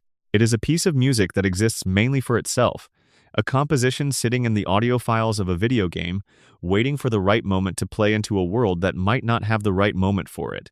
The ambient sound design in Fallout 76 deserves extended attention because the game setting the forests and mountains of West Virginia required a specific approach to environmental audio. West Virginia's landscape has a particular quality in real life: dense, humid, dark, with the sounds of the forest carrying in ways that are subtly disorienting. The game's audio team spent time recording in actual West Virginia locations, capturing the specific quality of sound in those environments, and then adjusted those recordings to account for the additional presence of radiation, mutations, and the long-term consequences of nuclear war on both the wildlife and the plant life. The resulting ambient audio has a density and specificity that contributes enormously to the game's atmosphere, even though it is almost never consciously noticed by players. The Mothman encounter, when it occurs, is accompanied by specific audio design. A low, pulsing sound that is difficult to localize in space, combined with a silence in the surrounding environment that is the absence of other animal noises. Real-world accounts of Mothman sightings often describe a similar quality of environmental silence preceding the encounter, as though the normal background noise of a landscape simply stops. Whether this is folklore embellishment of actual experience or something stranger, the Fallout 76 audio team built it into the encounter's design, and players who have found the Mothman describe the audio signature as part of what made the experience feel wrong in the right way. The game's Nuclear Winter, the in-game weather event that affects parts of the map, has its own dedicated audio design, including a sequence of sounds that plays during the atmospheric transition from normal weather to the nuclear event's aftermath. These sounds include a specific sub-bass frequency that is felt as much as heard, a design choice that is borrowed from the sound design of atmospheric horror films and has the effect of producing a low-level physical response that the conscious mind has not yet interpreted as anything in particular. It is a technique borrowed from professional horror sound design, applied to a video game weather event that most players will experience as simply dramatic background atmosphere. Part 12. War never changes, but the secrets always do. There is a line that opens every Fallout game, spoken with the calm certainty of something that has already been settled. War never changes. The line is both true and not quite true. The technologies of war change enormously. The justifications change, the participants change, the geography changes.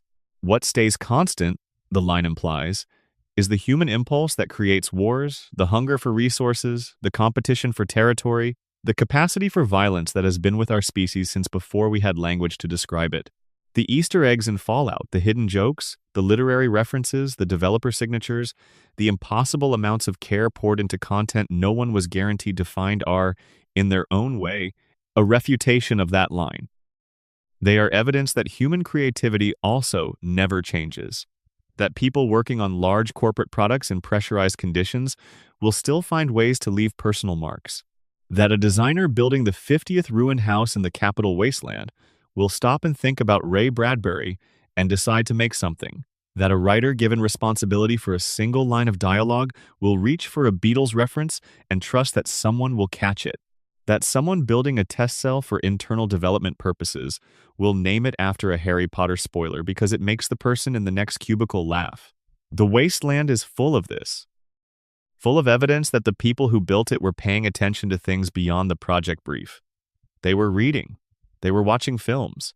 They were listening to music from 50 years before they were born. They were thinking about the particular sadness of a family that did not make it, and then they made a house to hold that sadness, and they put the house in a game, and now you can find it.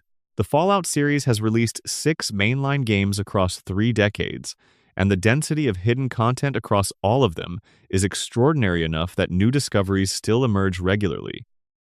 Players with data mining skills continue to find audio files that have never been properly implemented, texture variations that exist in the game's code but are never displayed under normal conditions, terminal entries that were written but never attached to any accessible terminal in the game world.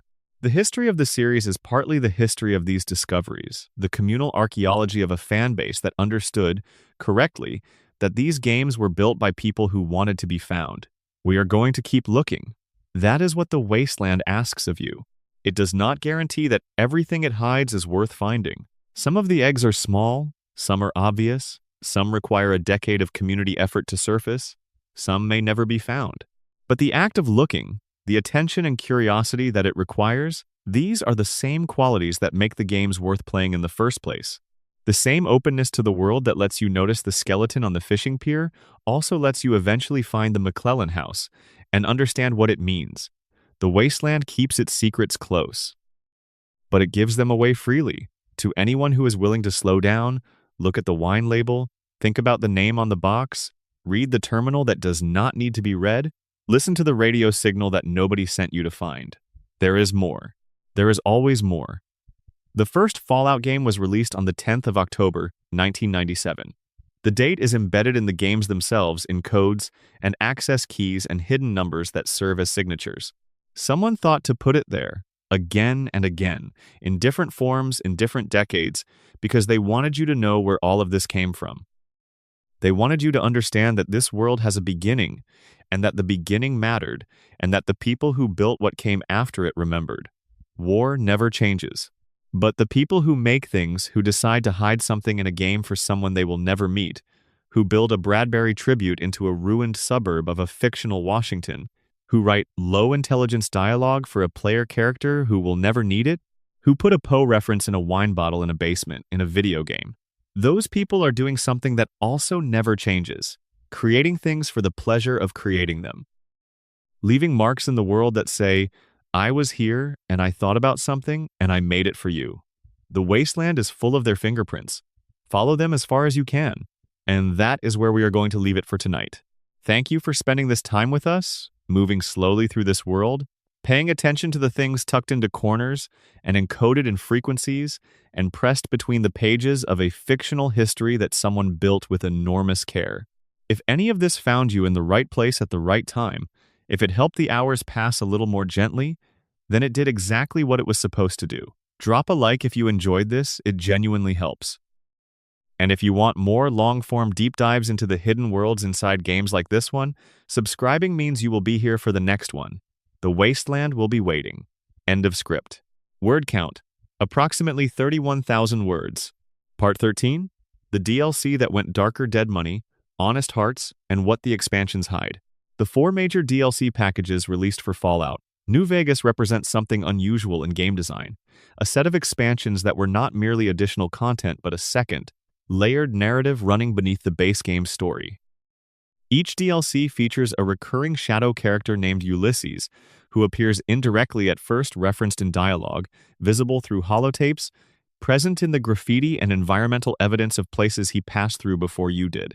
The DLC packages build toward Lonesome Road, the final expansion, where Ulysses finally reveals himself and the full story of who he is and what he wanted from you comes into focus. This long-form narrative threading across 4 separate DLC packages was an unusual creative decision, and it means that the expansions contain layers of Easter egg-style content that only become legible in retrospect. A detail in Dead Money that seems incidental turns out to be set up for something Lonesome Road will pay off. A piece of graffiti in Old World Blues that seems purely atmospheric is actually part of a trail. Replaying the DLCs in order after completing all of them is a qualitatively different experience from playing them for the first time, because you can see the construction underneath. Dead Money, the first DLC released for New Vegas, was designed with a specific set of cinematic influences that writer Chris Avellone later confirmed publicly. The development team was assigned a list of films to watch as homework before starting production. Cube, 1997. Battle Royale, 2000. Lifeboat, 1944. And Treasure of the Sierra Madre, 1948. Each of these films deals with a variation on the same fundamental dramatic situation. A group of people who would not normally be together are forced into close proximity by circumstances that require them to cooperate if any of them will survive, while also creating conditions that make cooperation extremely difficult. The DLC strips you of your equipment at the start, forces you into an alliance with 3 strangers, and deposits you in a ruined city filled with poisonous gas clouds and radio-triggered explosive collars. Every one of those design decisions traces back directly to the homework assignment Avalon gave his team. The Sierra Madre Casino, the inaccessible paradise at the heart of Dead Money, is itself a carefully constructed piece of Fallout mythology. It was never opened.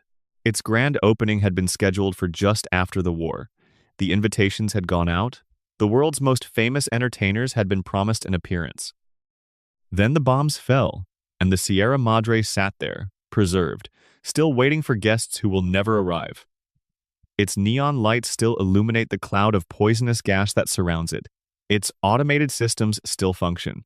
Its vending machines still dispense. It is the Fallout universe's sharpest image of the world that was almost built and never quite was. A monument to anticipation, a palace that was finished but never inhabited, preserved in a state of permanent readiness for a party that ended before it began. The thematic connection to Treasure of the Sierra Madre is right there in the location's name, and Avalon has confirmed it directly. John Huston's 1948 film follows 3 prospectors in Mexico searching for a legendary gold mine, and what they find destroys them not because the gold is not there, but because of what the gold does to each of them once it is within reach. The Sierra Madre Casino offers something similarly destructive: the promise of wealth, of a fresh start, of the pre-war world perfectly preserved. The catch is that you cannot leave with it. You can find everything, hold everything, and still leave with nothing, because the Sierra Madre does not let go. The holotapes scattered throughout Dead Money tell the stories of Vera Keyes, Frederick Sinclair, and Elijah, characters whose histories with the Sierra Madre are tangled in ways that only become fully clear through careful attention to the audio records they left behind. Sinclair built the casino for Vera. He loved her in the way that the very rich sometimes love people completely, possessively, with the certainty that love of this intensity justifies anything. What he did to the casino, what safeguards he installed, what his preparations for keeping Vera there with him produced, is one of the DLC's most quietly horrifying reveals. The holotapes tell this story in fragments, in voices separated by time and event, and assembling the complete picture requires treating the casino itself as an archive. Honest Hearts, set in a lushly rendered Zion National Park, contains one of the most straightforward and genuinely moving pieces of character writing in the entire DLC lineup. Joshua Graham, the Burned Man, the former legate of Caesar's Legion, is discussed before he appears. His reputation precedes him through the accounts of other characters, each of whom describes him differently based on what they needed from him or what they feared about him. By the time you meet him in person, in the cave that serves as the Dead Horse's base of operations, the gap between reputation and reality is already doing work. He is quieter than the legend. He is more carefully spoken. He has clearly been doing a great deal of thinking, for a long time, about specific questions. What the DLC hides in plain sight is that Graham is a direct literary reference to a specific strand of American Christian thought, specifically the Calvinist tradition and its engagement with the concept of total depravity and unconditional grace. Graham believes he is fundamentally violent and cannot change the fact of what he is. He can choose what to do with that nature, but the nature itself is fixed. His theology is working on a specific problem. How does a person whose capacity for terrible things is a core part of who they are live with themselves in a way that is not simply denial? His biblical references are doing real theological work, not just adding period flavor to a Western setting. Players who brought that reading to the DLC found an argument running underneath the surface action. The title Honest Hearts is itself worth sitting with. In the Fallout universe, the phrase does not appear in any named location or faction. It is the title of the DLC, and the choice of it is deliberate. Honesty of heart, being clear-eyed about what you are, what you want, and what you are willing to do is exactly what the DLC asks of you and what it asks of its central characters. Graham is honest about his nature. The tribal leaders are honest about the limits of their capacity to protect their people. The game asks you to be honest about your choices. The title is a thesis statement about what kind of story you are entering. Old World Blues is the most tonally distinct of the 4 DLCs, a science fiction comedy horror hybrid that takes place in a facility called Big MT, where a collection of eccentric, disembodied scientist brains have been conducting experiments for 2 centuries without any meaningful external oversight. It is also the DLC that contains the most concentrated density of hidden references per square foot of game space. We have discussed some of the Wild Wasteland content it contains, but there are Old World Blues secrets that do not require the trait. The think tank, the collective name for the scientists in the facility, has a specific composition that rewards attention. The scientists are Dr. 8, Dr. Mobius, Dala, Klein, and Boris, among others. Their personalities, their specific research interests, their ways of speaking, all of these are built around particular archetypes from science fiction's history. Dr. Klein is modeled on the archetype of the autocratic scientific administrator, convinced of his own brilliance and deeply invested in maintaining the hierarchy of the facility. Dala has developed an inappropriate fascination with human biology that manifests as a kind of clinical romanticism. Boris has the specific energy of someone who was bullied as a child and has spent decades constructing elaborate revenge fantasies in an institutional context. These are not generic mad scientist types. Each one is a specific kind of person, built with the specificity that makes fictional characters feel like they existed before you met them. The Sync Your Player home in Big MT is populated by various automated systems that have developed distinct personalities through years of operating in isolation. Your toaster has a vendetta against forks. Your sink dispenses drinks and commentary. Your book chute processes requests and adds passive-aggressive editorial notes. The appliances in the sink are a comedic riff on the concept of artificial personalities developing in isolation of systems that were designed for narrow purposes, developing, through years without human interaction, a rich interior life that their original designers absolutely did not intend.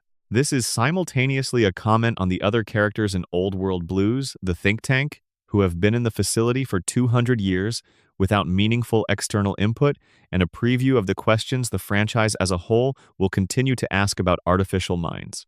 The mysterious broadcast in Old World Blues, the radio signal that plays rare, unsettling music, is one of the DLC's most atmospheric details and one of its most technically contested.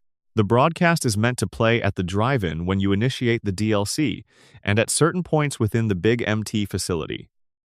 Some players have reported hearing it consistently throughout the DLC, while others have completed the entire expansion without encountering it more than once.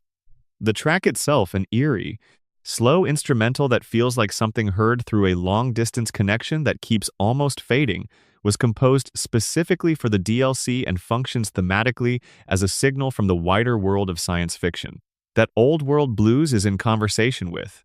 Lonesome Road, the final DLC, is the most linear of the 4 and the most explicitly about the Fallout mythology. The Divide, the ravaged landscape through which you travel to find Ulysses, is a place where the consequences of choices made in the base game become physically visible. The story of what happened to the Divide, why it looks the way it does, and what Ulysses' role in its fate was, forms the center of the DLC's narrative. But the hidden content in Lonesome Road operates on a different register from the other DLCs. The graffiti in the Divide includes messages that were placed before the base game was released. Players who looked carefully at the game world in 2010, before the DLCs existed, could find Lonesome Road's location markers already embedded in the landscape, evidence that the DLC's story was planned from the beginning, that Ulysses' trail was laid out before players had any reason to follow it. This kind of advanced placement hiding setup in the base game for content that will not arrive for a year is an unusual design commitment, and it rewards players who replay the base game after completing the DLCs with the experience of seeing the setup they had no way of understanding the first time through. Ulysses himself, as a character, is a reference that goes several layers deep. His name connects him to the James Joyce novel Ulysses, which is a modernist retelling of Homer's Odyssey, a story about a man trying to find his way home through an antagonistic world that keeps presenting him with obstacles to that return. Lonesome Road is explicitly about returning. about revisiting the past, about confronting what you left behind, about whether it is possible to change direction once you have set events in motion. Ulysses is, within the DLC's metaphysics, both the figure who sent you on your journey and the figure standing between you and its conclusion. The literary name is not accidental, and the specific novel Joyce's Ulysses rather than Homer's Odysseus suggests a specifically modern version of that archetype, the one who cannot return because the home they knew no longer exists. The title, Lonesome Road, is the name of a 1927 song by Nathaniel Shilkret and Gene Austin, and the song was covered throughout the subsequent decades by artists whose names will be familiar to anyone who has spent time with New Vegas's radio soundtrack. Frank Sinatra, Nat King Cole, the Andrews Sisters, Bing Crosby. The choice of a title from the pre-war musical tradition places Lonesome Road within the same cultural register as the rest of the game, while the road image, the long, empty path through an indifferent landscape, is one of the oldest and most resonant in American storytelling. The DLC earns its title, Part 14, The Creatures Beneath the Lore, Deathclaws, Their Origins, and the Secrets Nobody Tells You. The Deathclaw is one of the most recognized monsters in all of gaming. Standing approximately 8 feet tall, armored in thick hide, possessed of 5 long claws on each hand that can tear through power armor at close range, and capable of running faster than most humans can react to, the Deathclaw has been the defining threat of the Fallout wasteland since the first game. Players who remember their first encounter, the sudden panic, the desperate running, the discovery that the thing is faster than you, carry that memory across decades of gaming. What most players do not know is that the Deathclaw was originally supposed to look nothing like it does. The original concept art for the creature, produced by artist Scott Campbell during development of the first Fallout game, depicted a mammalian predator covered in fur, built on the genetic framework of a wolverine and a brown bear, enhanced by the forced evolutionary virus that runs through so much of the series' creature mythology. The furry wolverine bear version of the Deathclaw is genuinely terrifying in Campbell's concept sketches. Massive, dense, something between a grizzly and a wolverine scaled up to the point of absurdity. The reason the Deathclaw lost its hair between concept and production was mundane and technical. The rendering software available to the team in 1996 and 1997 could not handle fur simulation, with the density required to make the creature look right in motion. The hair did not behave the way it needed to. Rather than ship a hairy monster that looked wrong, the team made it a reptile. The specific design they landed on was partly informed by a 3D model that had been created for a different project. A Dungeons & Dragons creature called the Tarrasque, which had been sculpted in clay and digitized for an earlier Interplay project that fell apart before the model was used. The Tarrasque model became the skeleton of the Deathclaw's visual identity. The Tarrasque, for readers unfamiliar with the specific corners of tabletop RPG history, is a legendary monster from the Dungeons & Dragons rule set of virtually indestructible, city-destroying engine of destruction that appears in the monster manual as the approximate apex of what an adversary in that system can be. Its visual design in the second edition monster manual is, once you know to look for it, clearly related to what the Deathclaw eventually became. Someone who played Dungeons & Dragons in the 1980s or early 1990s would feel a subterranean familiarity looking at a Deathclaw that they might not be able to articulate. The genetics of the design go back further than Fallout. The in-universe explanation for Deathclaws established across multiple Fallout games and confirmed by the series' official strategy guide materials is that they were created by the pre-war American military as biological weapons, engineered from the genetic material of the Jackson's chameleon, hence the triple horns, hence the capacity for color change in certain specialized varieties, and enhanced through selective breeding and, eventually, the forced evolutionary virus. They were intended as cheap replacements for human soldiers in high-casualty environments. They were released into the wild during or after the nuclear war, and thrived in conditions that human civilization did not survive. The gender distinction built into the Deathclaw design is one of those hidden details that rewards careful observation. Male Deathclaws have horns that grow forward. Female Deathclaws have horns that grow backward and upward. This was built into the creature design deliberately. allowing players who knew this to identify the gender of the specific Deathclaw they were encountering from a distance, information that has practical implications if you are trying to avoid or engage specific varieties. Most players spend their Deathclaw encounters in a state of terror insufficient for close taxonomic observation. The detail is there regardless. Fallout 2 introduced one of the most controversial and consequently most quietly fascinating pieces of Deathclaw lore in the entire series: the intelligent, talking Deathclaws of Vault 13. The Enclave's experiments with the forced evolutionary virus produced a group of Deathclaws whose intelligence had been raised dramatically from apex predator animal cognition to something approaching, and in some cases exceeding, human adult intelligence. These intelligent Deathclaws, led by a figure named Gruthar, had taken up residence in Vault 13 and developed a community organized around pacifist principles. They wore human artifacts. They could speak. They had adopted an ethical position on violence and were attempting to live accordingly. The designer responsible for the intelligent Deathclaws in Fallout 2 was John Dealey, who had planned an extensive further role for them in the game's narrative. They were supposed to modify power armor for Deathclaw use, and then assault the Enclave to recover the forced evolutionary virus. In a development turn that has been documented in various post-mortem accounts of the game's production, other developers had most of the intelligent Deathclaws killed off by the Enclave's Frank Horrigan before Dealey's planned storyline could be implemented, effectively ending the narrative thread by removing the characters who would have carried it forward. Fallout creator Tim Kaine and Obsidian's Chris Avellone have both described the talking Deathclaws as, in Kaine's characterization, too silly for the series going forward. Avellone has expressed similar views. The intelligent Deathclaws remain a celebrated piece of Fallout 2 history, beloved by the specific subset of players who encountered Gorus, the individual intelligent Deathclaw, who travels in a robe to disguise his appearance and can join the Chosen One as a companion, and found in him a genuinely affecting character.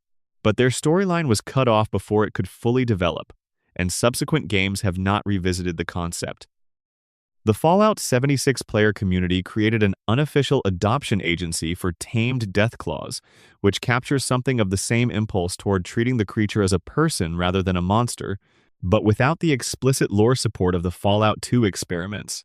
The Deathclaw's Fallout 4 redesign was handled by artist Jonah Loeb, who has been unusually forthcoming about his creative process in various public communications. Loeb redesigned the creature's proportions: thicker skin, shorter and stronger-looking claws, a bull-like horn configuration that suggests ramming capability as well as slashing, a heavier tail that functions as a counterweight during running. He also made explicit the creature's genetic heritage. The design incorporated visual elements of chameleons, alligators, bulls, panthers, various serpent species, and lizards, building a hybrid that reads as something assembled from the DNA of many existing things, rather than a natural evolution of any one lineage. Loeb's description of the design philosophy: it's important to note that the Deathclaw is not a mutant, but a hybrid bioweapon suggests that the artistic intention was always to make the creature's unnatural origin visible in its form. The Deathclaw has also accumulated one of the more unexpected bodies of fan activity of any video game creature. Loeb, in a social media comment, expressed being silently impressed, horrified, by the volume of fan content involving Deathclaws that goes well beyond the strictly combat-focused. The creature occupies an unusual position in the series' fan culture, universally feared, consistently respected, and the subject of a range of creative responses that suggest players have developed a relationship with it that goes beyond simple adversary. Part 15. The world that remembers continuity Easter eggs across the series. One of the quieter pleasures available to long-term Fallout fans is the accumulation of continuity details that connect different games in the series to each other, references that reward familiarity with the franchise's history, while remaining perfectly comprehensible to players who came to a particular game without that background. The most direct form this takes is the return of specific characters across installments. Harold, a mutant who first appeared in the original Fallout as a resident of the hub, carrying a small tree sprouting from his skull as a mutation side effect, returned in Fallout 2 and then again in Fallout 3. By the time you find him in the third game, the tree which Harold had named Bob and carried on uneasy terms for decades has grown large enough to anchor Harold in place. He has become a kind of living root structure, immobile, the center of a hidden community called Oasis, where his mutation-driven plant growth has transformed a corner of the capital wasteland into something lush and living. What began as a cosmetic mutation in a 1997 game became, over 3 installments across more than a decade, a mythology of its own. The photograph that appears in Vault 21 in New Vegas, the photograph that lore-careful players identified as belonging to James and Catherine from Fallout 3, the parents of the player character, is the most contested continuity Easter egg in the series. The development teams have never confirmed it as intentional. The photograph was very likely reused from the asset library. But the placement of it beside Sarah's bed in Vault 21, the visual connection to Fallout 3's central parental relationship, and the thematic resonance of finding a piece of the capital wasteland in the Mojave, all of this generated years of community discussion about whether the connection was intentional. The ambiguity is itself meaningful. The community's investment in finding connections, in treating the franchise as a unified world rather than a series of separate products, is part of what keeps these discussions alive. MacCready's arc across Fallout 3 and Fallout 4 is the most emotionally resonant continuity thread in the Bethesda era of the series. In Fallout 3, MacCready is a child, a foul-mouthed, territorial, unexpectedly likable 10-year-old running a community of orphaned children in an abandoned metro station. He is aggressive in the way of children who have had to be aggressive to survive and who have found that aggression works. When you arrive at Little Lamplight, MacCready is suspicious, combative, and then reluctantly reasonable. He lets you through. He goes on with his life. In Fallout 4, set roughly 10 years later, MacCready is an adult mercenary in the Commonwealth, and the person who grew up to become this mercenary is recognizably continuous with the 10-year-old from the Capital Wasteland. The edge is still there, wrapped now around a more complicated interior life, shaped by marriage, loss, and the specific anxiety of a father who cannot protect his child. His personal quest, finding a cure for Duncan's mysterious illness, gives the return of MacCready a narrative shape that his Fallout 3 appearance did not have. He was a kid in the third game. He is a person in the fourth. The continuity makes both versions of him richer. Sierra Petrovita, the Nuka-Cola enthusiast who appeared in Fallout 3 as a collector obsessed with acquiring every flavor of Nuka-Cola in the Capital Wasteland, appears again in the Nuka World DLC for Fallout 4. The version of her who shows up in the abandoned amusement park is still recognizably herself. Intensely focused on the collection, capable of tremendous dedication to a narrow obsession, cheerfully oblivious to the degree to which the post-nuclear world has other priorities than soda-related completionism. Her return provides one of the Nuka World DLC's most satisfying moments of series continuity, and the quest she puts you on finding hidden Cappy mascot figures throughout the park contains its own layered reference, which we will get to in a moment. The quests that Petrovita sends you on in Nuka World lead eventually to the discovery of John Caleb Bradberton's preserved head. Bradberton was the founder of the Nuka-Cola Corporation, and his name is a near anagram of John Caleb Bradbury, which is itself a gesture toward Bradbury, the man whose story There Will Come Soft Rains appears as the foundation for the McClellan House in Fallout 3. More directly, the preserved head of Nuka-Cola's founder in the depths of his theme park is a very deliberate reference to the persistent rumor, officially denied but culturally entrenched, that Walt Disney had himself cryogenically frozen after his death in 1966. The specific image of a corporation's founder kept in suspended animation beneath his greatest creation is too precise to be coincidental, and the name Bradberton's approximation of Bradbury adds a literary texture to a joke that is already working on its own terms. The hidden Cappies that Petrovita is hunting scattered throughout the Nuka World Park as collectible mascot images are a direct reference to the hidden Mickey tradition at Disney theme parks, where stylized Mickey Mouse silhouettes are concealed throughout the park's design for attentive guests to find. Bethesda built the same tradition into Nuka World's design, creating a scavenger hunt that mirrors the Disney experience while surrounding it with the irony of the post-nuclear context. Finding the Cappies feels like the kind of thing you would have done as a child at a real theme park. The fact that the park is ruined, the Cappies weathered and damaged, the atmosphere one of abandoned optimism, this makes the activity feel simultaneously nostalgic and elegiac. The Dark Souls reference in Nuka World's surrounding area is one of the series' most direct video game crossovers. In the town of Bradberton, near the park's perimeter, There is a destroyed house containing a bonfire, an arrangement of wood and ember that will be immediately recognizable to players of From Software's games, with a sword embedded in the pile. In the Dark Souls games, bonfires serve as checkpoints and rest points, and the imagery of a sword planted in an ash pile became one of the most iconic images of that series. Bethesda built a functional version of this into Nuka World. Interacting with the unlit bonfire kindles it, which causes 3 stimpaks to appear. Taking the sword spawns another 3. The bonfire heals you and provides resources, which is exactly what Dark Souls bonfires do. It is not just a visual reference, it is a reference that functions mechanically in the same way as the thing it references. PAM. The predictive analytic machine who serves as an advisor to the Railroad faction in Fallout 4 is herself a reference to WOPR, the War Operation Plan Response Computer from the 1983 film War Games. In that film, a teenager accidentally connects to the military's AI wargaming system and nearly triggers an actual nuclear war by treating the simulation as a game. WOPR's design, a system that can model outcomes but that cannot distinguish between simulation and reality, is a template for PAM, who similarly provides probabilistic assessments and similarly operates with a kind of detached certainty about catastrophic outcomes that the humans around her find unsettling. The connection between PAM and WOPR is confirmed in a floating terminal in the Nuka World DLC's Safari Adventure Welcome Center, accessible only through unconventional means.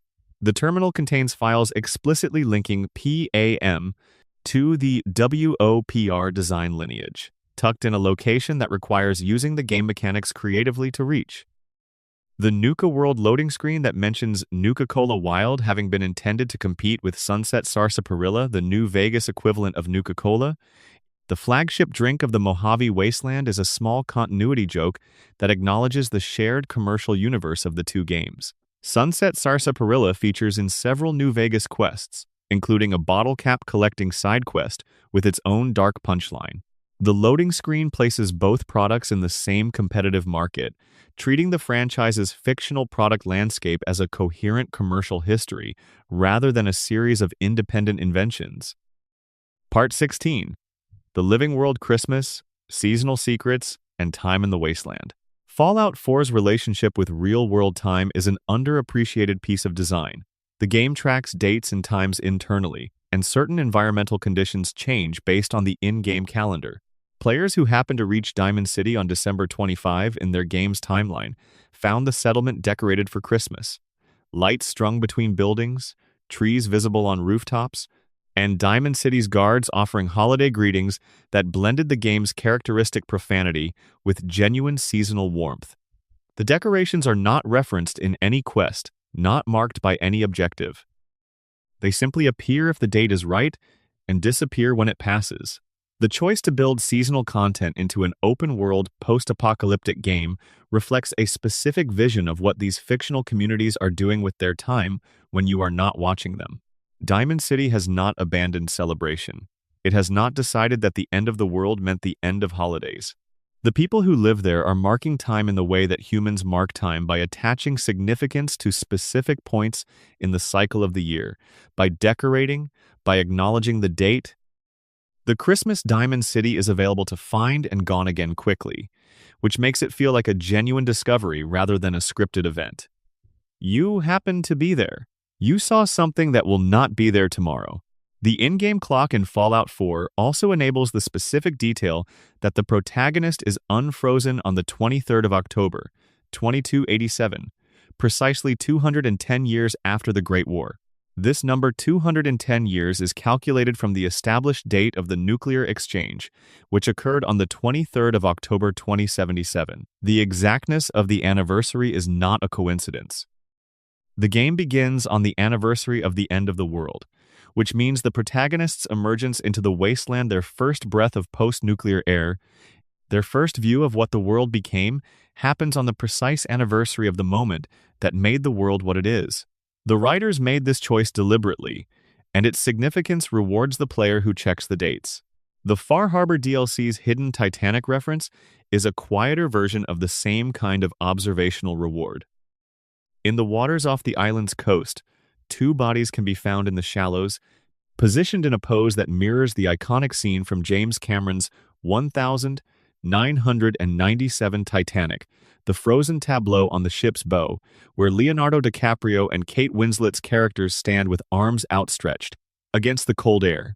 Finding them requires exploring the water's edge carefully, which is not behavior the game specifically encourages. They are there regardless of whether you find them, in the cold water, frozen in a gesture that carries the weight of a cultural image while being surrounded by the detritus of a different kind of catastrophe. The Jaws reference near Oberlin Station, a boat, a bandanaed skeleton, a mutated river dolphin, and a shark cage visible underwater is one of the game's most elaborate single-location jokes. Every element is there: the boat from which the hunting takes place, the physical resemblance of the mutant creature to the shark in spirit if not in anatomy, the shark cage that implies someone was doing something very specific and very dangerous in these waters before the nuclear context made that specific danger irrelevant. The bandana connects the skeleton to Quint, the shark hunter in the film. The level designer who built this location had to make specific choices about the placement of every element to make the reference legible, and every choice is right. The Good Will Hunting reference in Fallout 4 involves a specific piece of graffiti that appears in a particular ruined location, containing a phrase lifted directly from a pivotal scene in the 1997 film. Good Will Hunting, the Gus Van Sant film featuring Matt Damon and Robin Williams, is set in Boston. Fallout 4 is set in Boston. The reference is geographically apt, and whoever placed it understood that it was geographically apt. The specific phrase, the specific wall, the specific context of it appearing in a ruined version of the city the film was set in, all of this adds up to a tribute that rewards both the knowledge of the film and the awareness that the film is local. Part 17. What the Radio Holds: Station Mysteries and the Music That Plays in the Dark.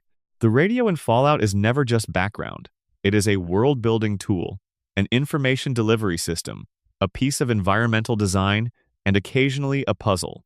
The stations you can tune into in each game are constructed with varying degrees of hidden depth, and some of them contain content that reveals itself only to listeners who pay sustained attention over the course of a playthrough. Radio New Vegas's Mr. New Vegas character has specific lines that exist only under Wild Wasteland conditions, as we have discussed. But even without that trait, Mr.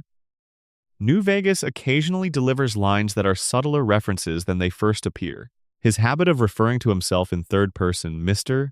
New Vegas thinks you're a pretty special person, is both a parody of a certain 1950s radio personality affectation and a comment on the constructed nature of this kind of broadcast persona. Mr. New Vegas did not emerge from a person. He was designed, scripted, and voiced. His warmth is real. It is in the voice performance and the writing, but it is also performed warmth.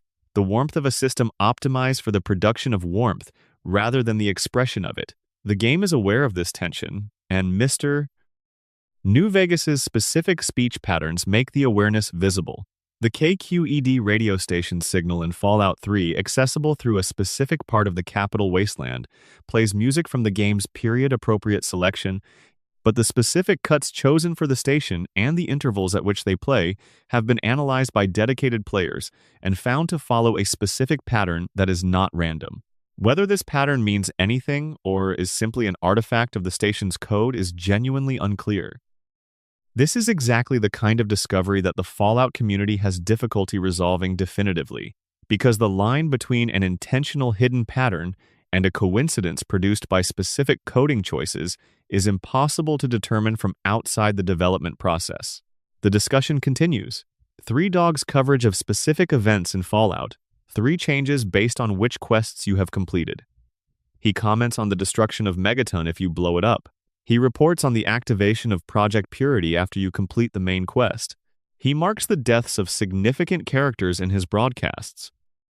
This responsiveness, the sense that the radio station is actually tracking the state of the world rather than simply playing canned content, was an early example of dynamic game world design, and it rewards players who tune in to GNR at multiple points throughout their playthrough rather than simply leaving it on as ambient audio.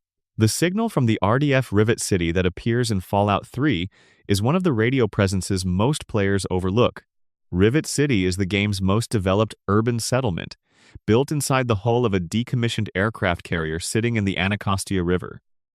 The signal that broadcasts from it is primarily practical. It gives you the location, but listening to the signal itself, rather than just using it as a waypoint, reveals audio content that provides additional context for what Rivet City is and how its inhabitants think about themselves.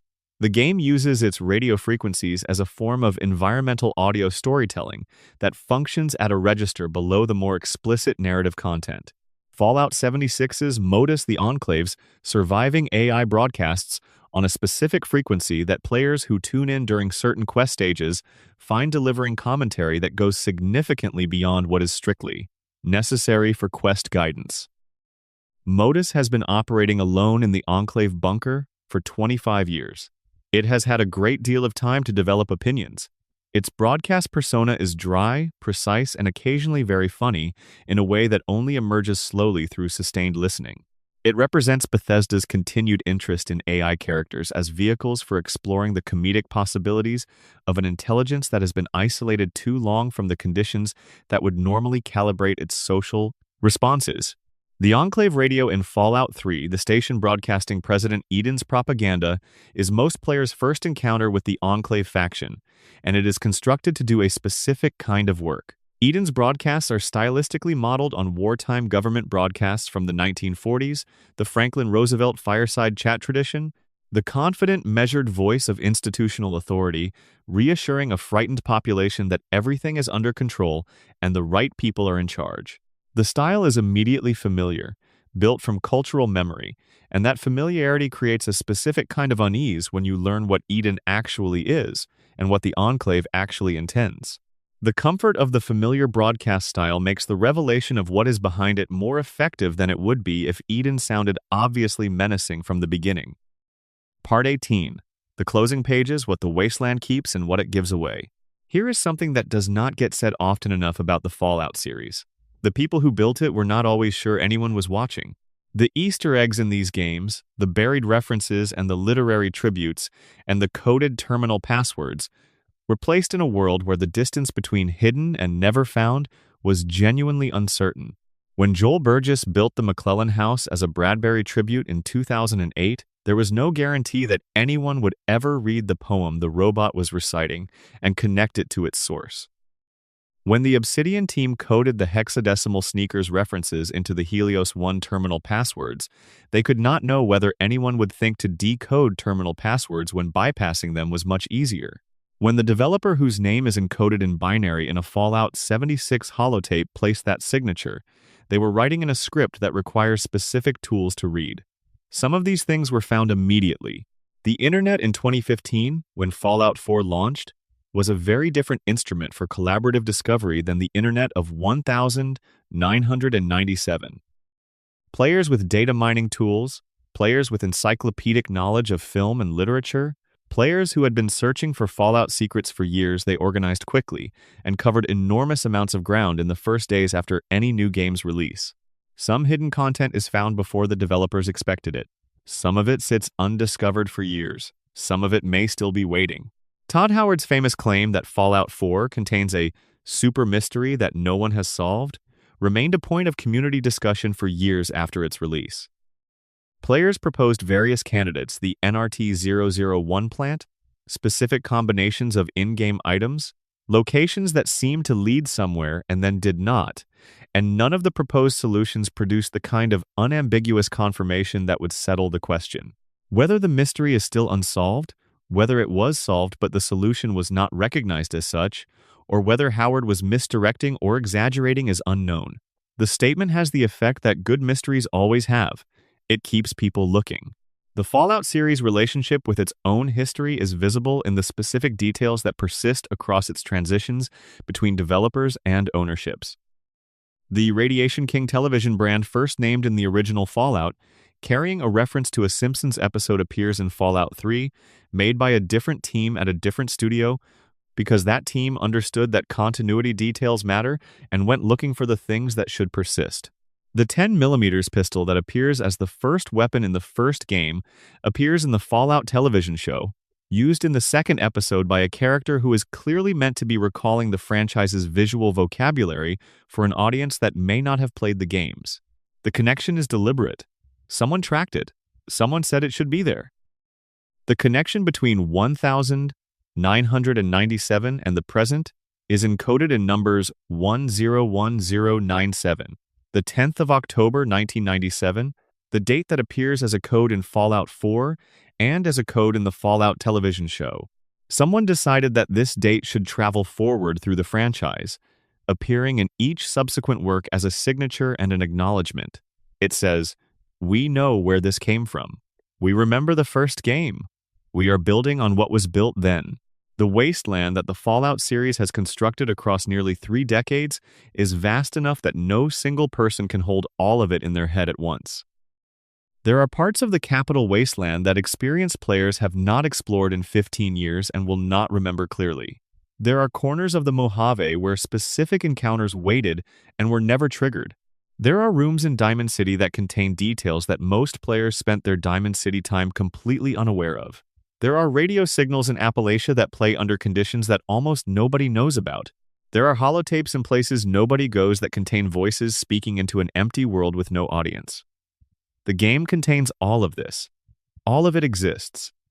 Most of it goes unwitnessed most of the time, and this is somehow the right way for it to be. The Wasteland is not a theme park where everything has been arranged for maximum visibility. It is a world, or the closest approximation to a world, that this medium has yet produced where things exist because they exist, where the presence of something in a particular place is not contingent on whether you will find it. The skeleton on the fishing pier is there, whether you walk down that pier or not. The Ray Bradbury poem is recited by that robot whether you enter that house or not. The developer's name is encoded in that holotape, whether you carry it or break it down for components.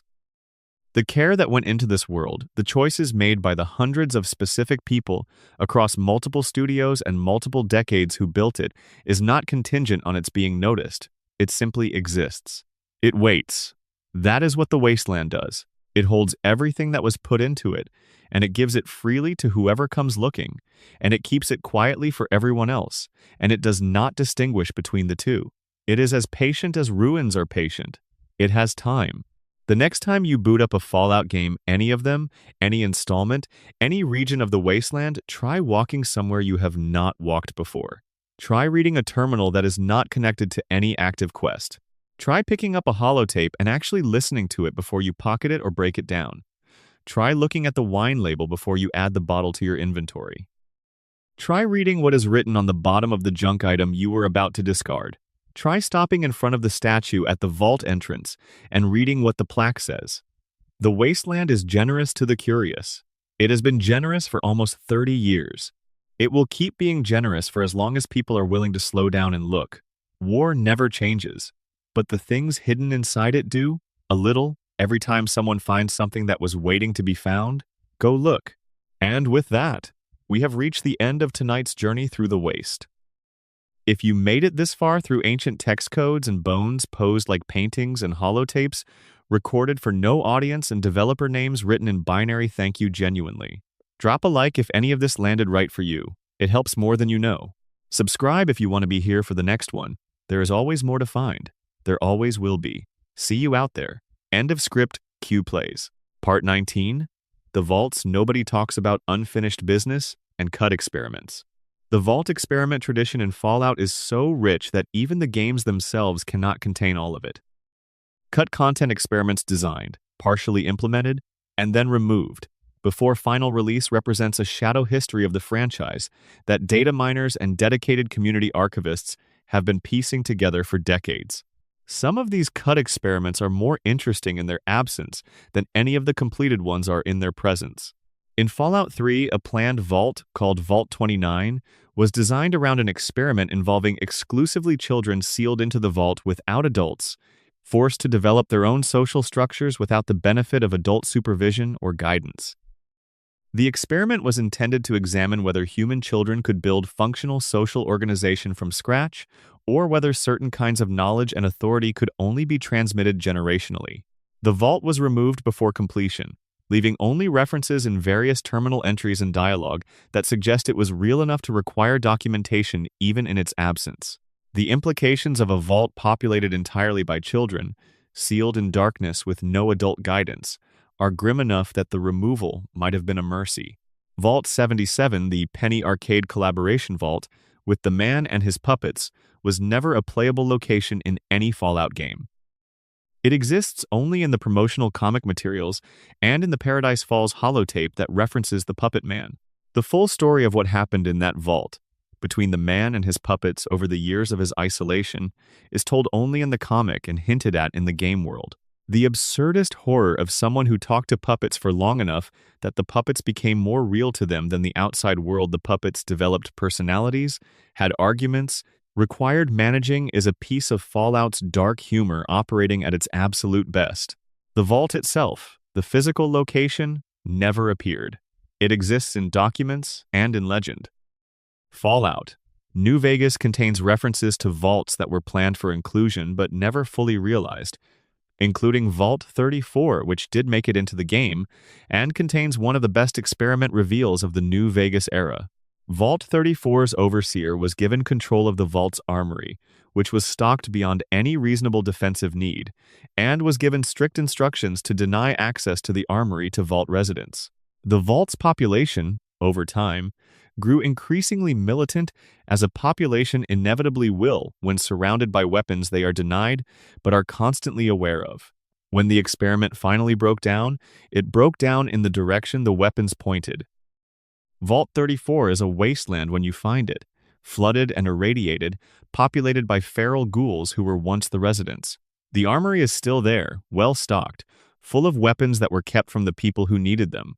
The experiment proved whatever it was designed to prove about access and restriction, and the specific psychology of enforced scarcity. Vault 95 and Fallout 4 ran an experiment on addiction recovery. The vault's residents were selected for histories of substance dependency, brought into the vault under the pretext of a clean environment where recovery would be possible, and supported in their recovery for 5 years. Then, as Avalon might have predicted from the Dead Money playbook, Vault-Tec introduced a hidden stash of drugs that a planted agent revealed to the population. The 5 years of hard-won recovery, the rebuilt social relationships, the identity that had been constructed around the recovery, all of it was used as a weapon. Vault-Tec introduced the stash specifically to measure the psychological impact of relapse in a population that had reason to believe it had permanently escaped. The vault is entirely depopulated when you find it. The experiment was thorough. What the vault experiments collectively constitute is a catalog of ways that power can be exercised over captive populations, through deprivation, through abundance, through the manipulation of information, through the engineering of social structures designed to produce specific kinds of conflict, through the careful selection of exactly the right moment to remove whatever was sustaining people. Each vault is a single, extended argument about the relationship between institutional authority and human vulnerability. Taken together, they form something that feels less like game content and more like a systematic philosophy of control, attributed to Vault-Tec but reflecting anxieties about institutions that exist in the real world, and that the games consistently treat as worth examining. The most unsettling vault in the entire series may be Vault 112. Not for what happened to its population, they are in the simulation, somewhat comfortable, being used for entertainment, but for the detail that the overseer of the experiment, Stanislav Braun, is still present when you arrive. He has been running this simulation for over 2 centuries. He has been sitting in his pod, connected to the virtual world he built, exercising total control over an entire community of people for 200 years. The question the game does not ask, but that sits behind everything in Tranquility Lane is, what does that do to a person? What does 200 years of absolute power over a captive population look like from the inside? The game shows you what Braun has become through the behavior of the virtual world he manages, its cruelty, its arbitrariness, its specific quality of the amusements of someone who stopped being bored by ordinary things a very long time ago. But it does not give you the interior of his experience. That gap is where the real horror lies. The Vault experiments also reveal something about Vault-Tec as an institution that is easy to miss when you are focused on the specific horror of individual vaults. The experiments were systematic, they were funded, they had oversight structures and progress reports and institutional memory. Someone approved every one of them. Someone wrote the experimental protocols. Someone monitored the results. The vaults were not the projects of individual mad scientists operating outside institutional sanction. They were the projects of a corporation doing exactly what it was designed to do, with the same kind of thoroughness and accountability that any large organization brings to its core products. The systematic quality of the horrors is what distinguishes Vault-Tec from a simple villain. You cannot find the person who is responsible in the ordinary sense, because the responsibility is distributed throughout the institution. This is the thing that makes Vault-Tec feel genuinely frightening rather than merely dark. Part 20. The texture of memory holotapes, terminals, and the archive of human voices. There is a specific kind of discovery that happens in the Fallout games, and nowhere else quite the same way. Finding a terminal or holotape that was never attached to any quest, that holds no reward beyond its own content, and that contains a voice or a record that feels like it was made by a specific person rather than by a game designer trying to fill space. These moments happen dozens of times across any serious playthrough, and they accumulate into something that begins to feel less like game content and more like encountering an archive of a world that existed and ended. The Fallout games generate this feeling through a combination of deliberate writing choices and production decisions that go against the grain of conventional game design. Most games do not produce this content at this scale because it is economically inefficient. The writing time, recording time, implementation time, and testing time required to produce holotape content that most players will never find is significant, and the return on investment in conventional game development metrics is minimal. Bethesda and Obsidian both consistently invested in this kind of content anyway, apparently based on the principle that the world should feel real even in its unvisited corners. A holotape found in a specific corner of Diamond City contains the beginning of a novel, the first several pages of a story that someone in the post-nuclear Commonwealth was writing, recorded in their own voice, before the recording simply stops. The novel is about pre-war life, about a period the recorder would have only known from handed-down accounts and salvaged materials. The writing is not very good. The narrator is not a skilled writer. The prose is awkward in the way of someone reaching for effect without having the tools to achieve it. And this awkwardness is one of the most affecting things about the holotape, because it feels genuinely human in a way that more polished content cannot. Someone in the wasteland was trying to write a novel, was not very good at it, recorded themselves doing it, and stopped. The world holds the attempt. There is a terminal in Vault 81 that functions as a running record of the Vault's social life over the years leading up to the game's present. Births and deaths are recorded. Promotions within the Vault's hierarchy are noted.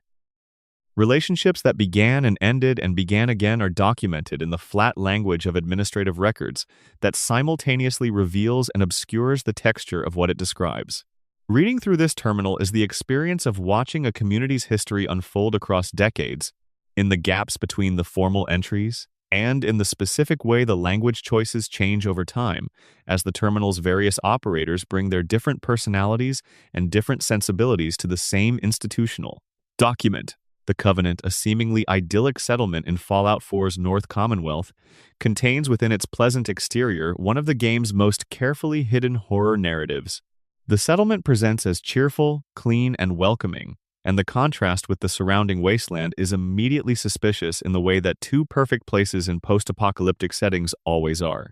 Finding the truth of what Covenant is, what it does, and what happens to people who fail the psychological screening test administered at the settlement's gate requires reading terminal entries carefully, following a trail of evidence that the game places visibly but does not gesture toward. The specific horror of Covenant, which I will not detail here in order to preserve the discovery for those who have not encountered it, is one of Fallout 4's best executed pieces of ambient narrative, a story that exists entirely in written records and physical evidence without any explicit quest pointing you toward it. The terminal entries throughout the game that are not connected to any quest entries that exist simply as documentation of specific people living their pre-war lives represent some of the most quietly skilled writing in the series. An office worker documenting a conflict with a coworker over stolen lunch from the break room refrigerator, the entries escalating from mild irritation through full formal complaint, The final entry noting that the person who stole the lunch had been fired, the terminal presumably abandoned shortly thereafter when the bombs came, and the specific injustice of a stolen lunch became irrelevant in the context of everything else that was happening. The trivial bureaucracy of pre-war life, recorded in precise detail and then frozen by catastrophe, is one of the game's most consistent emotional registers. There is a terminal in the ruins of a pre-war office building in the capital Wasteland that contains an extended conversation between a manager and a subordinate conducted through the terminal's messaging system, a pre-war equivalent of office email. The conversation is about performance reviews, about a specific project that has gone over budget, about the specific dynamics of authority and resentment that characterize workplace relationships. The manager is defensive. The subordinate is more careful than the manager realizes. The conversation ends before the war is mentioned. The office is destroyed. Neither of them survived what happened afterward. But the terminal still holds the record of their argument about a project that no longer exists, in an office that no longer functions, for a company that no longer operates, on a planet that continued without either of them. This is what the Fallout games are doing when they are doing their best work. They are archiving the voices of people who did not know they were being archived, preserving the texture of lives that were organized around concerns that nuclear war rendered permanently moot. The Easter eggs and references and developer signatures are part of this project, but they are the surface of it. Underneath the winking references and the film tributes is something more serious, a sustained attempt to make a fictional past feel real, to populate the ruins with evidence of what was lost, to ensure that the wasteland is never simply empty. War never changes. But the people it erases were specific. They had arguments about stolen lunches. They were trying to write novels. They had children they could not save and children they managed to. They kept diaries. They left holotapes. They arranged the objects in their living spaces in ways that made sense to them. They died in positions that told stories to whoever came after. The wasteland holds all of it. It has been holding all of it for decades of game releases and updates, and DLCs, and a television show, and community wikis, and fan theories and data mining projects and millions of playthroughs. It is still holding it right now, waiting for the next person who comes in slowly and asks questions. The next person might be you. The wasteland will be ready. If this video found you at a quiet time late at night, winding down, a long week finally ending, then it did what it was supposed to do. The wasteland is a good place to spend those hours. There is a lot in it, more than anyone has fully mapped. If you learned something tonight, or if something here sparked a memory of a discovery you made years ago in a Fallout game that you had not thought about in a while, drop that in the comments. Those are the best kind of comments to read. Like if you want to, subscribe if you want more. Take care of yourself out in the real wasteland too. See you on the road. End of script. Q plays. Part 21. Things that were almost there cut. Content, almost features, and the ghost archaeology of the series. Every Fallout game shipped with content that did not make it. This is true of every large game, but the Fallout series has a particularly active community of archaeologists who excavate these cut materials and treat them with the same seriousness that classicists bring to fragmentary ancient texts. Some of this cut content is trivial, a weapon variant that was never balanced, an NPC who was removed when their associated quest was cut for time. Other pieces of it are significant enough that their absence genuinely changes the character of the game they were removed from. In Fallout 3, a character named Roy Phillips was intended to have a much larger role in the game's Tenpenny Tower quest. The quest as it shipped already contains a genuine moral complexity. You can broker a deal between the ghoul community outside the tower and the human residents inside, or you can side with one group or the other, and the outcomes are dark in ways that the player often does not anticipate. In the cut content, Roy Phillips had additional dialogue that made his psychology significantly more layered, that gave him a specific history with Tenpenny Tower that explained, without excusing, the ferocity of his desire to get inside. Without this context, Phillips is a threat. With it, he is a person with a grievance. The cut material was found in the game's files and has been examined and debated extensively, including by people who argue that the quest works better with the ambiguity and by people who argue that Phillips deserved the depth he was designed to have. New Vegas's cut content is some of the most extensively documented in the series, partly because the game shipped with features that were clearly not finished, and partly because the compressed development schedule meant that more content than usual reached the near final stage before being removed. The Van Graff family, a prominent weapons merchant operation in New Vegas, had a significantly more complex questline in earlier builds that the development timeline forced Obsidian to simplify.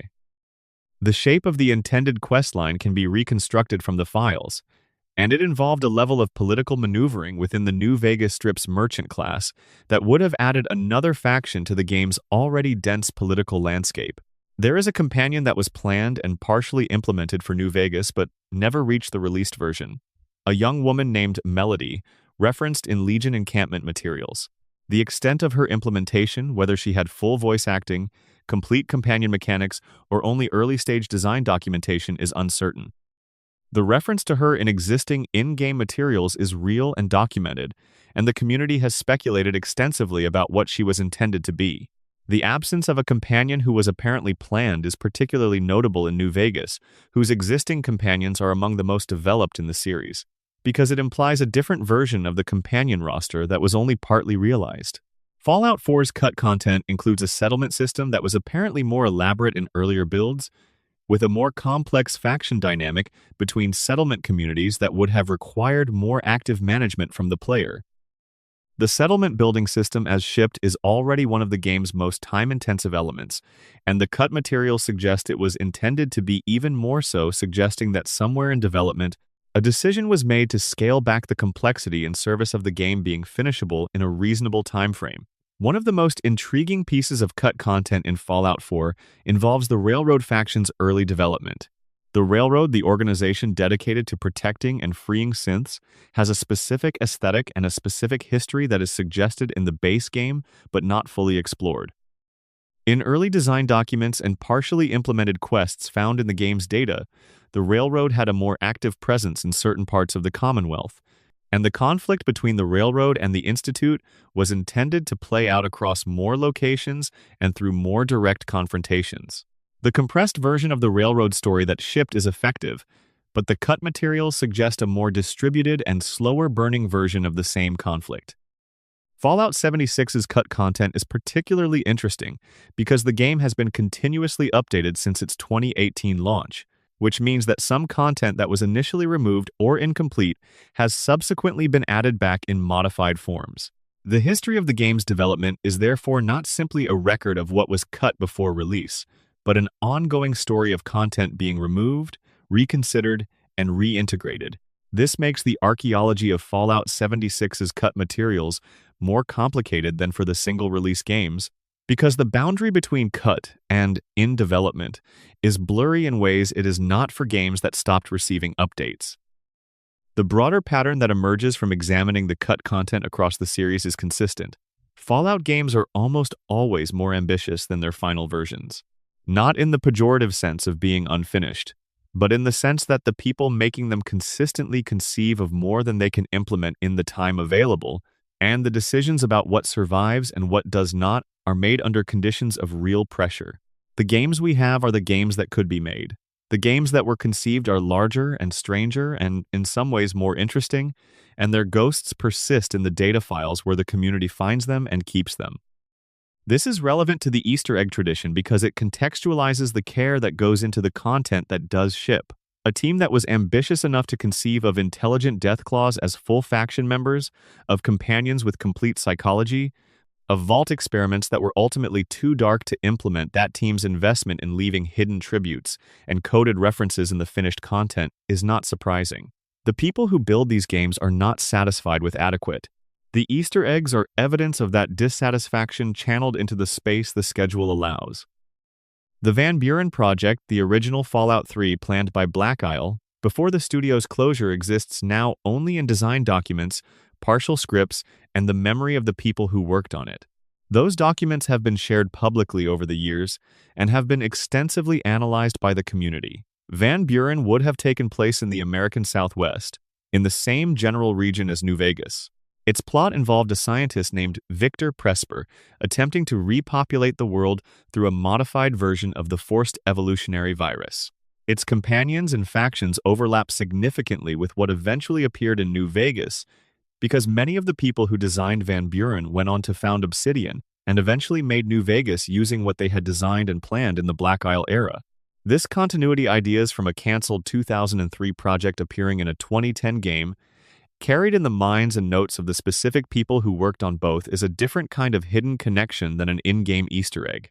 It is the archaeology of creative labor rather than coded reference, the persistence of ideas that refuse to be abandoned even when the project that first housed them was discontinued. New Vegas is, in part, Van Buren. The game that Obsidian built in 2010 contains the outline of the game that Black Isle planned in 2003, filtered through 7 years of changed circumstances, and built on a different engine in a different studio for a different publisher. The DNA persists. The ideas persisted, carried by people who remembered what they had been trying to do. The Fallout series as a whole is, in this sense, an archive of its own cancelled futures. Every cut quest, every removed companion, every vault experiment that was designed and then deemed too dark, these represent the roads not taken, preserved in data files and design documents, and the memories of the developers who made the choices. The Easter eggs are the series' way of acknowledging this accumulation of ideas that did not quite make it, of leaving space in the finished games for the ghosts of everything that was almost there. The Deathclaw who is going to lead an assault on the Enclave is in there somewhere, in the files, in the design notes. The Vault 29 children are in there, the extended Phillips backstory, the more ambitious settlement faction dynamics, Melody.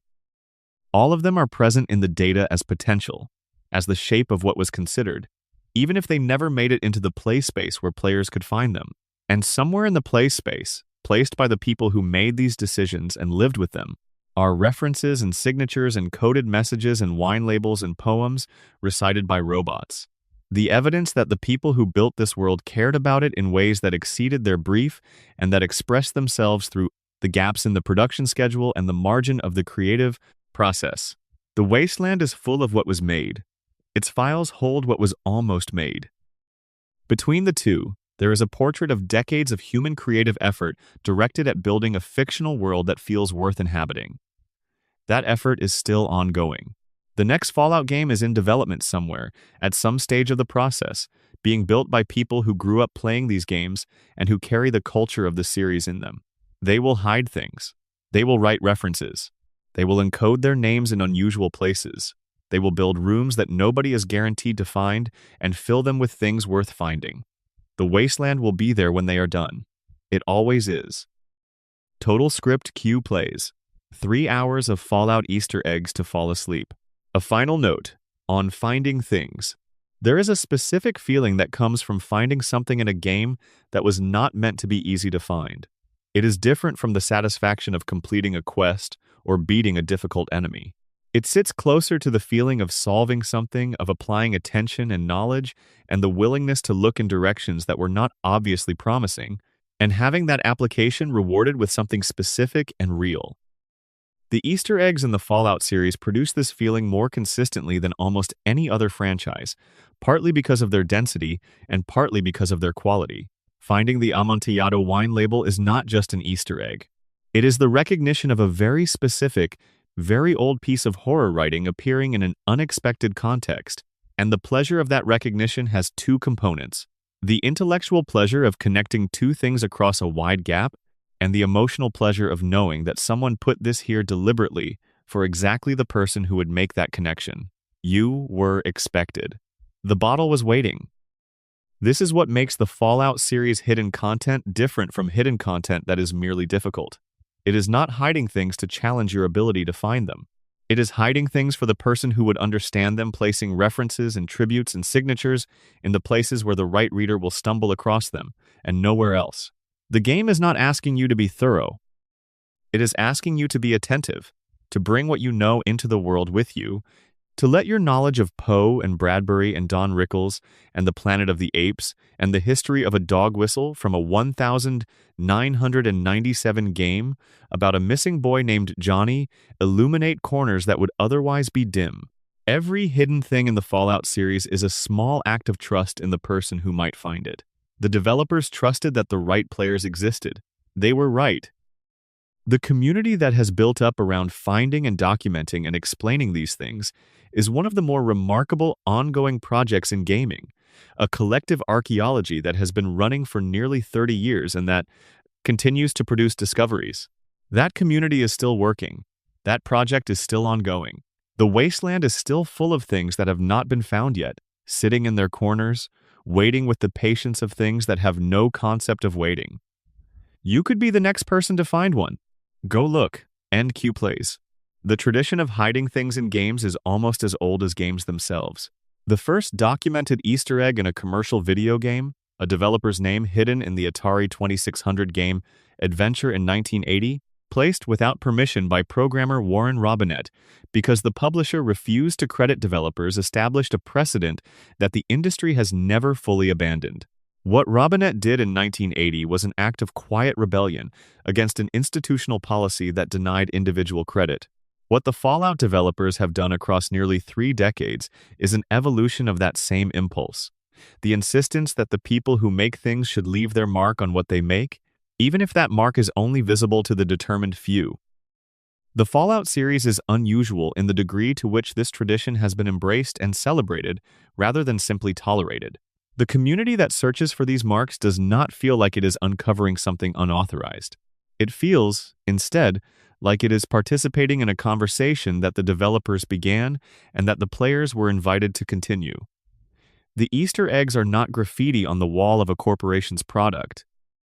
They are the corporation's product, including space for exactly this kind of conversation, space for the fan who knows their Bradbury, for the one who can decode hexadecimal, for the one who will spend 20 minutes figuring out which objects in an abandoned house to interact with in what order to make a terminal appear. This invitation, extended across decades and across multiple studios and across the most profound shift in gaming culture that the medium has experienced from niche PC RPG to global phenomenon, is one of the most consistent things about the franchise. The games changed enormously in scope, in technology, in narrative ambition, in the size of the audience they addressed. The hidden things stayed. The references stayed. The signed, the coded, the patient little details buried in terminal entries and wine labels and radio frequencies stayed. They will keep staying through whatever the next Fallout game turns out to be, wherever it is set, whoever builds it. That is the Wasteland's best secret.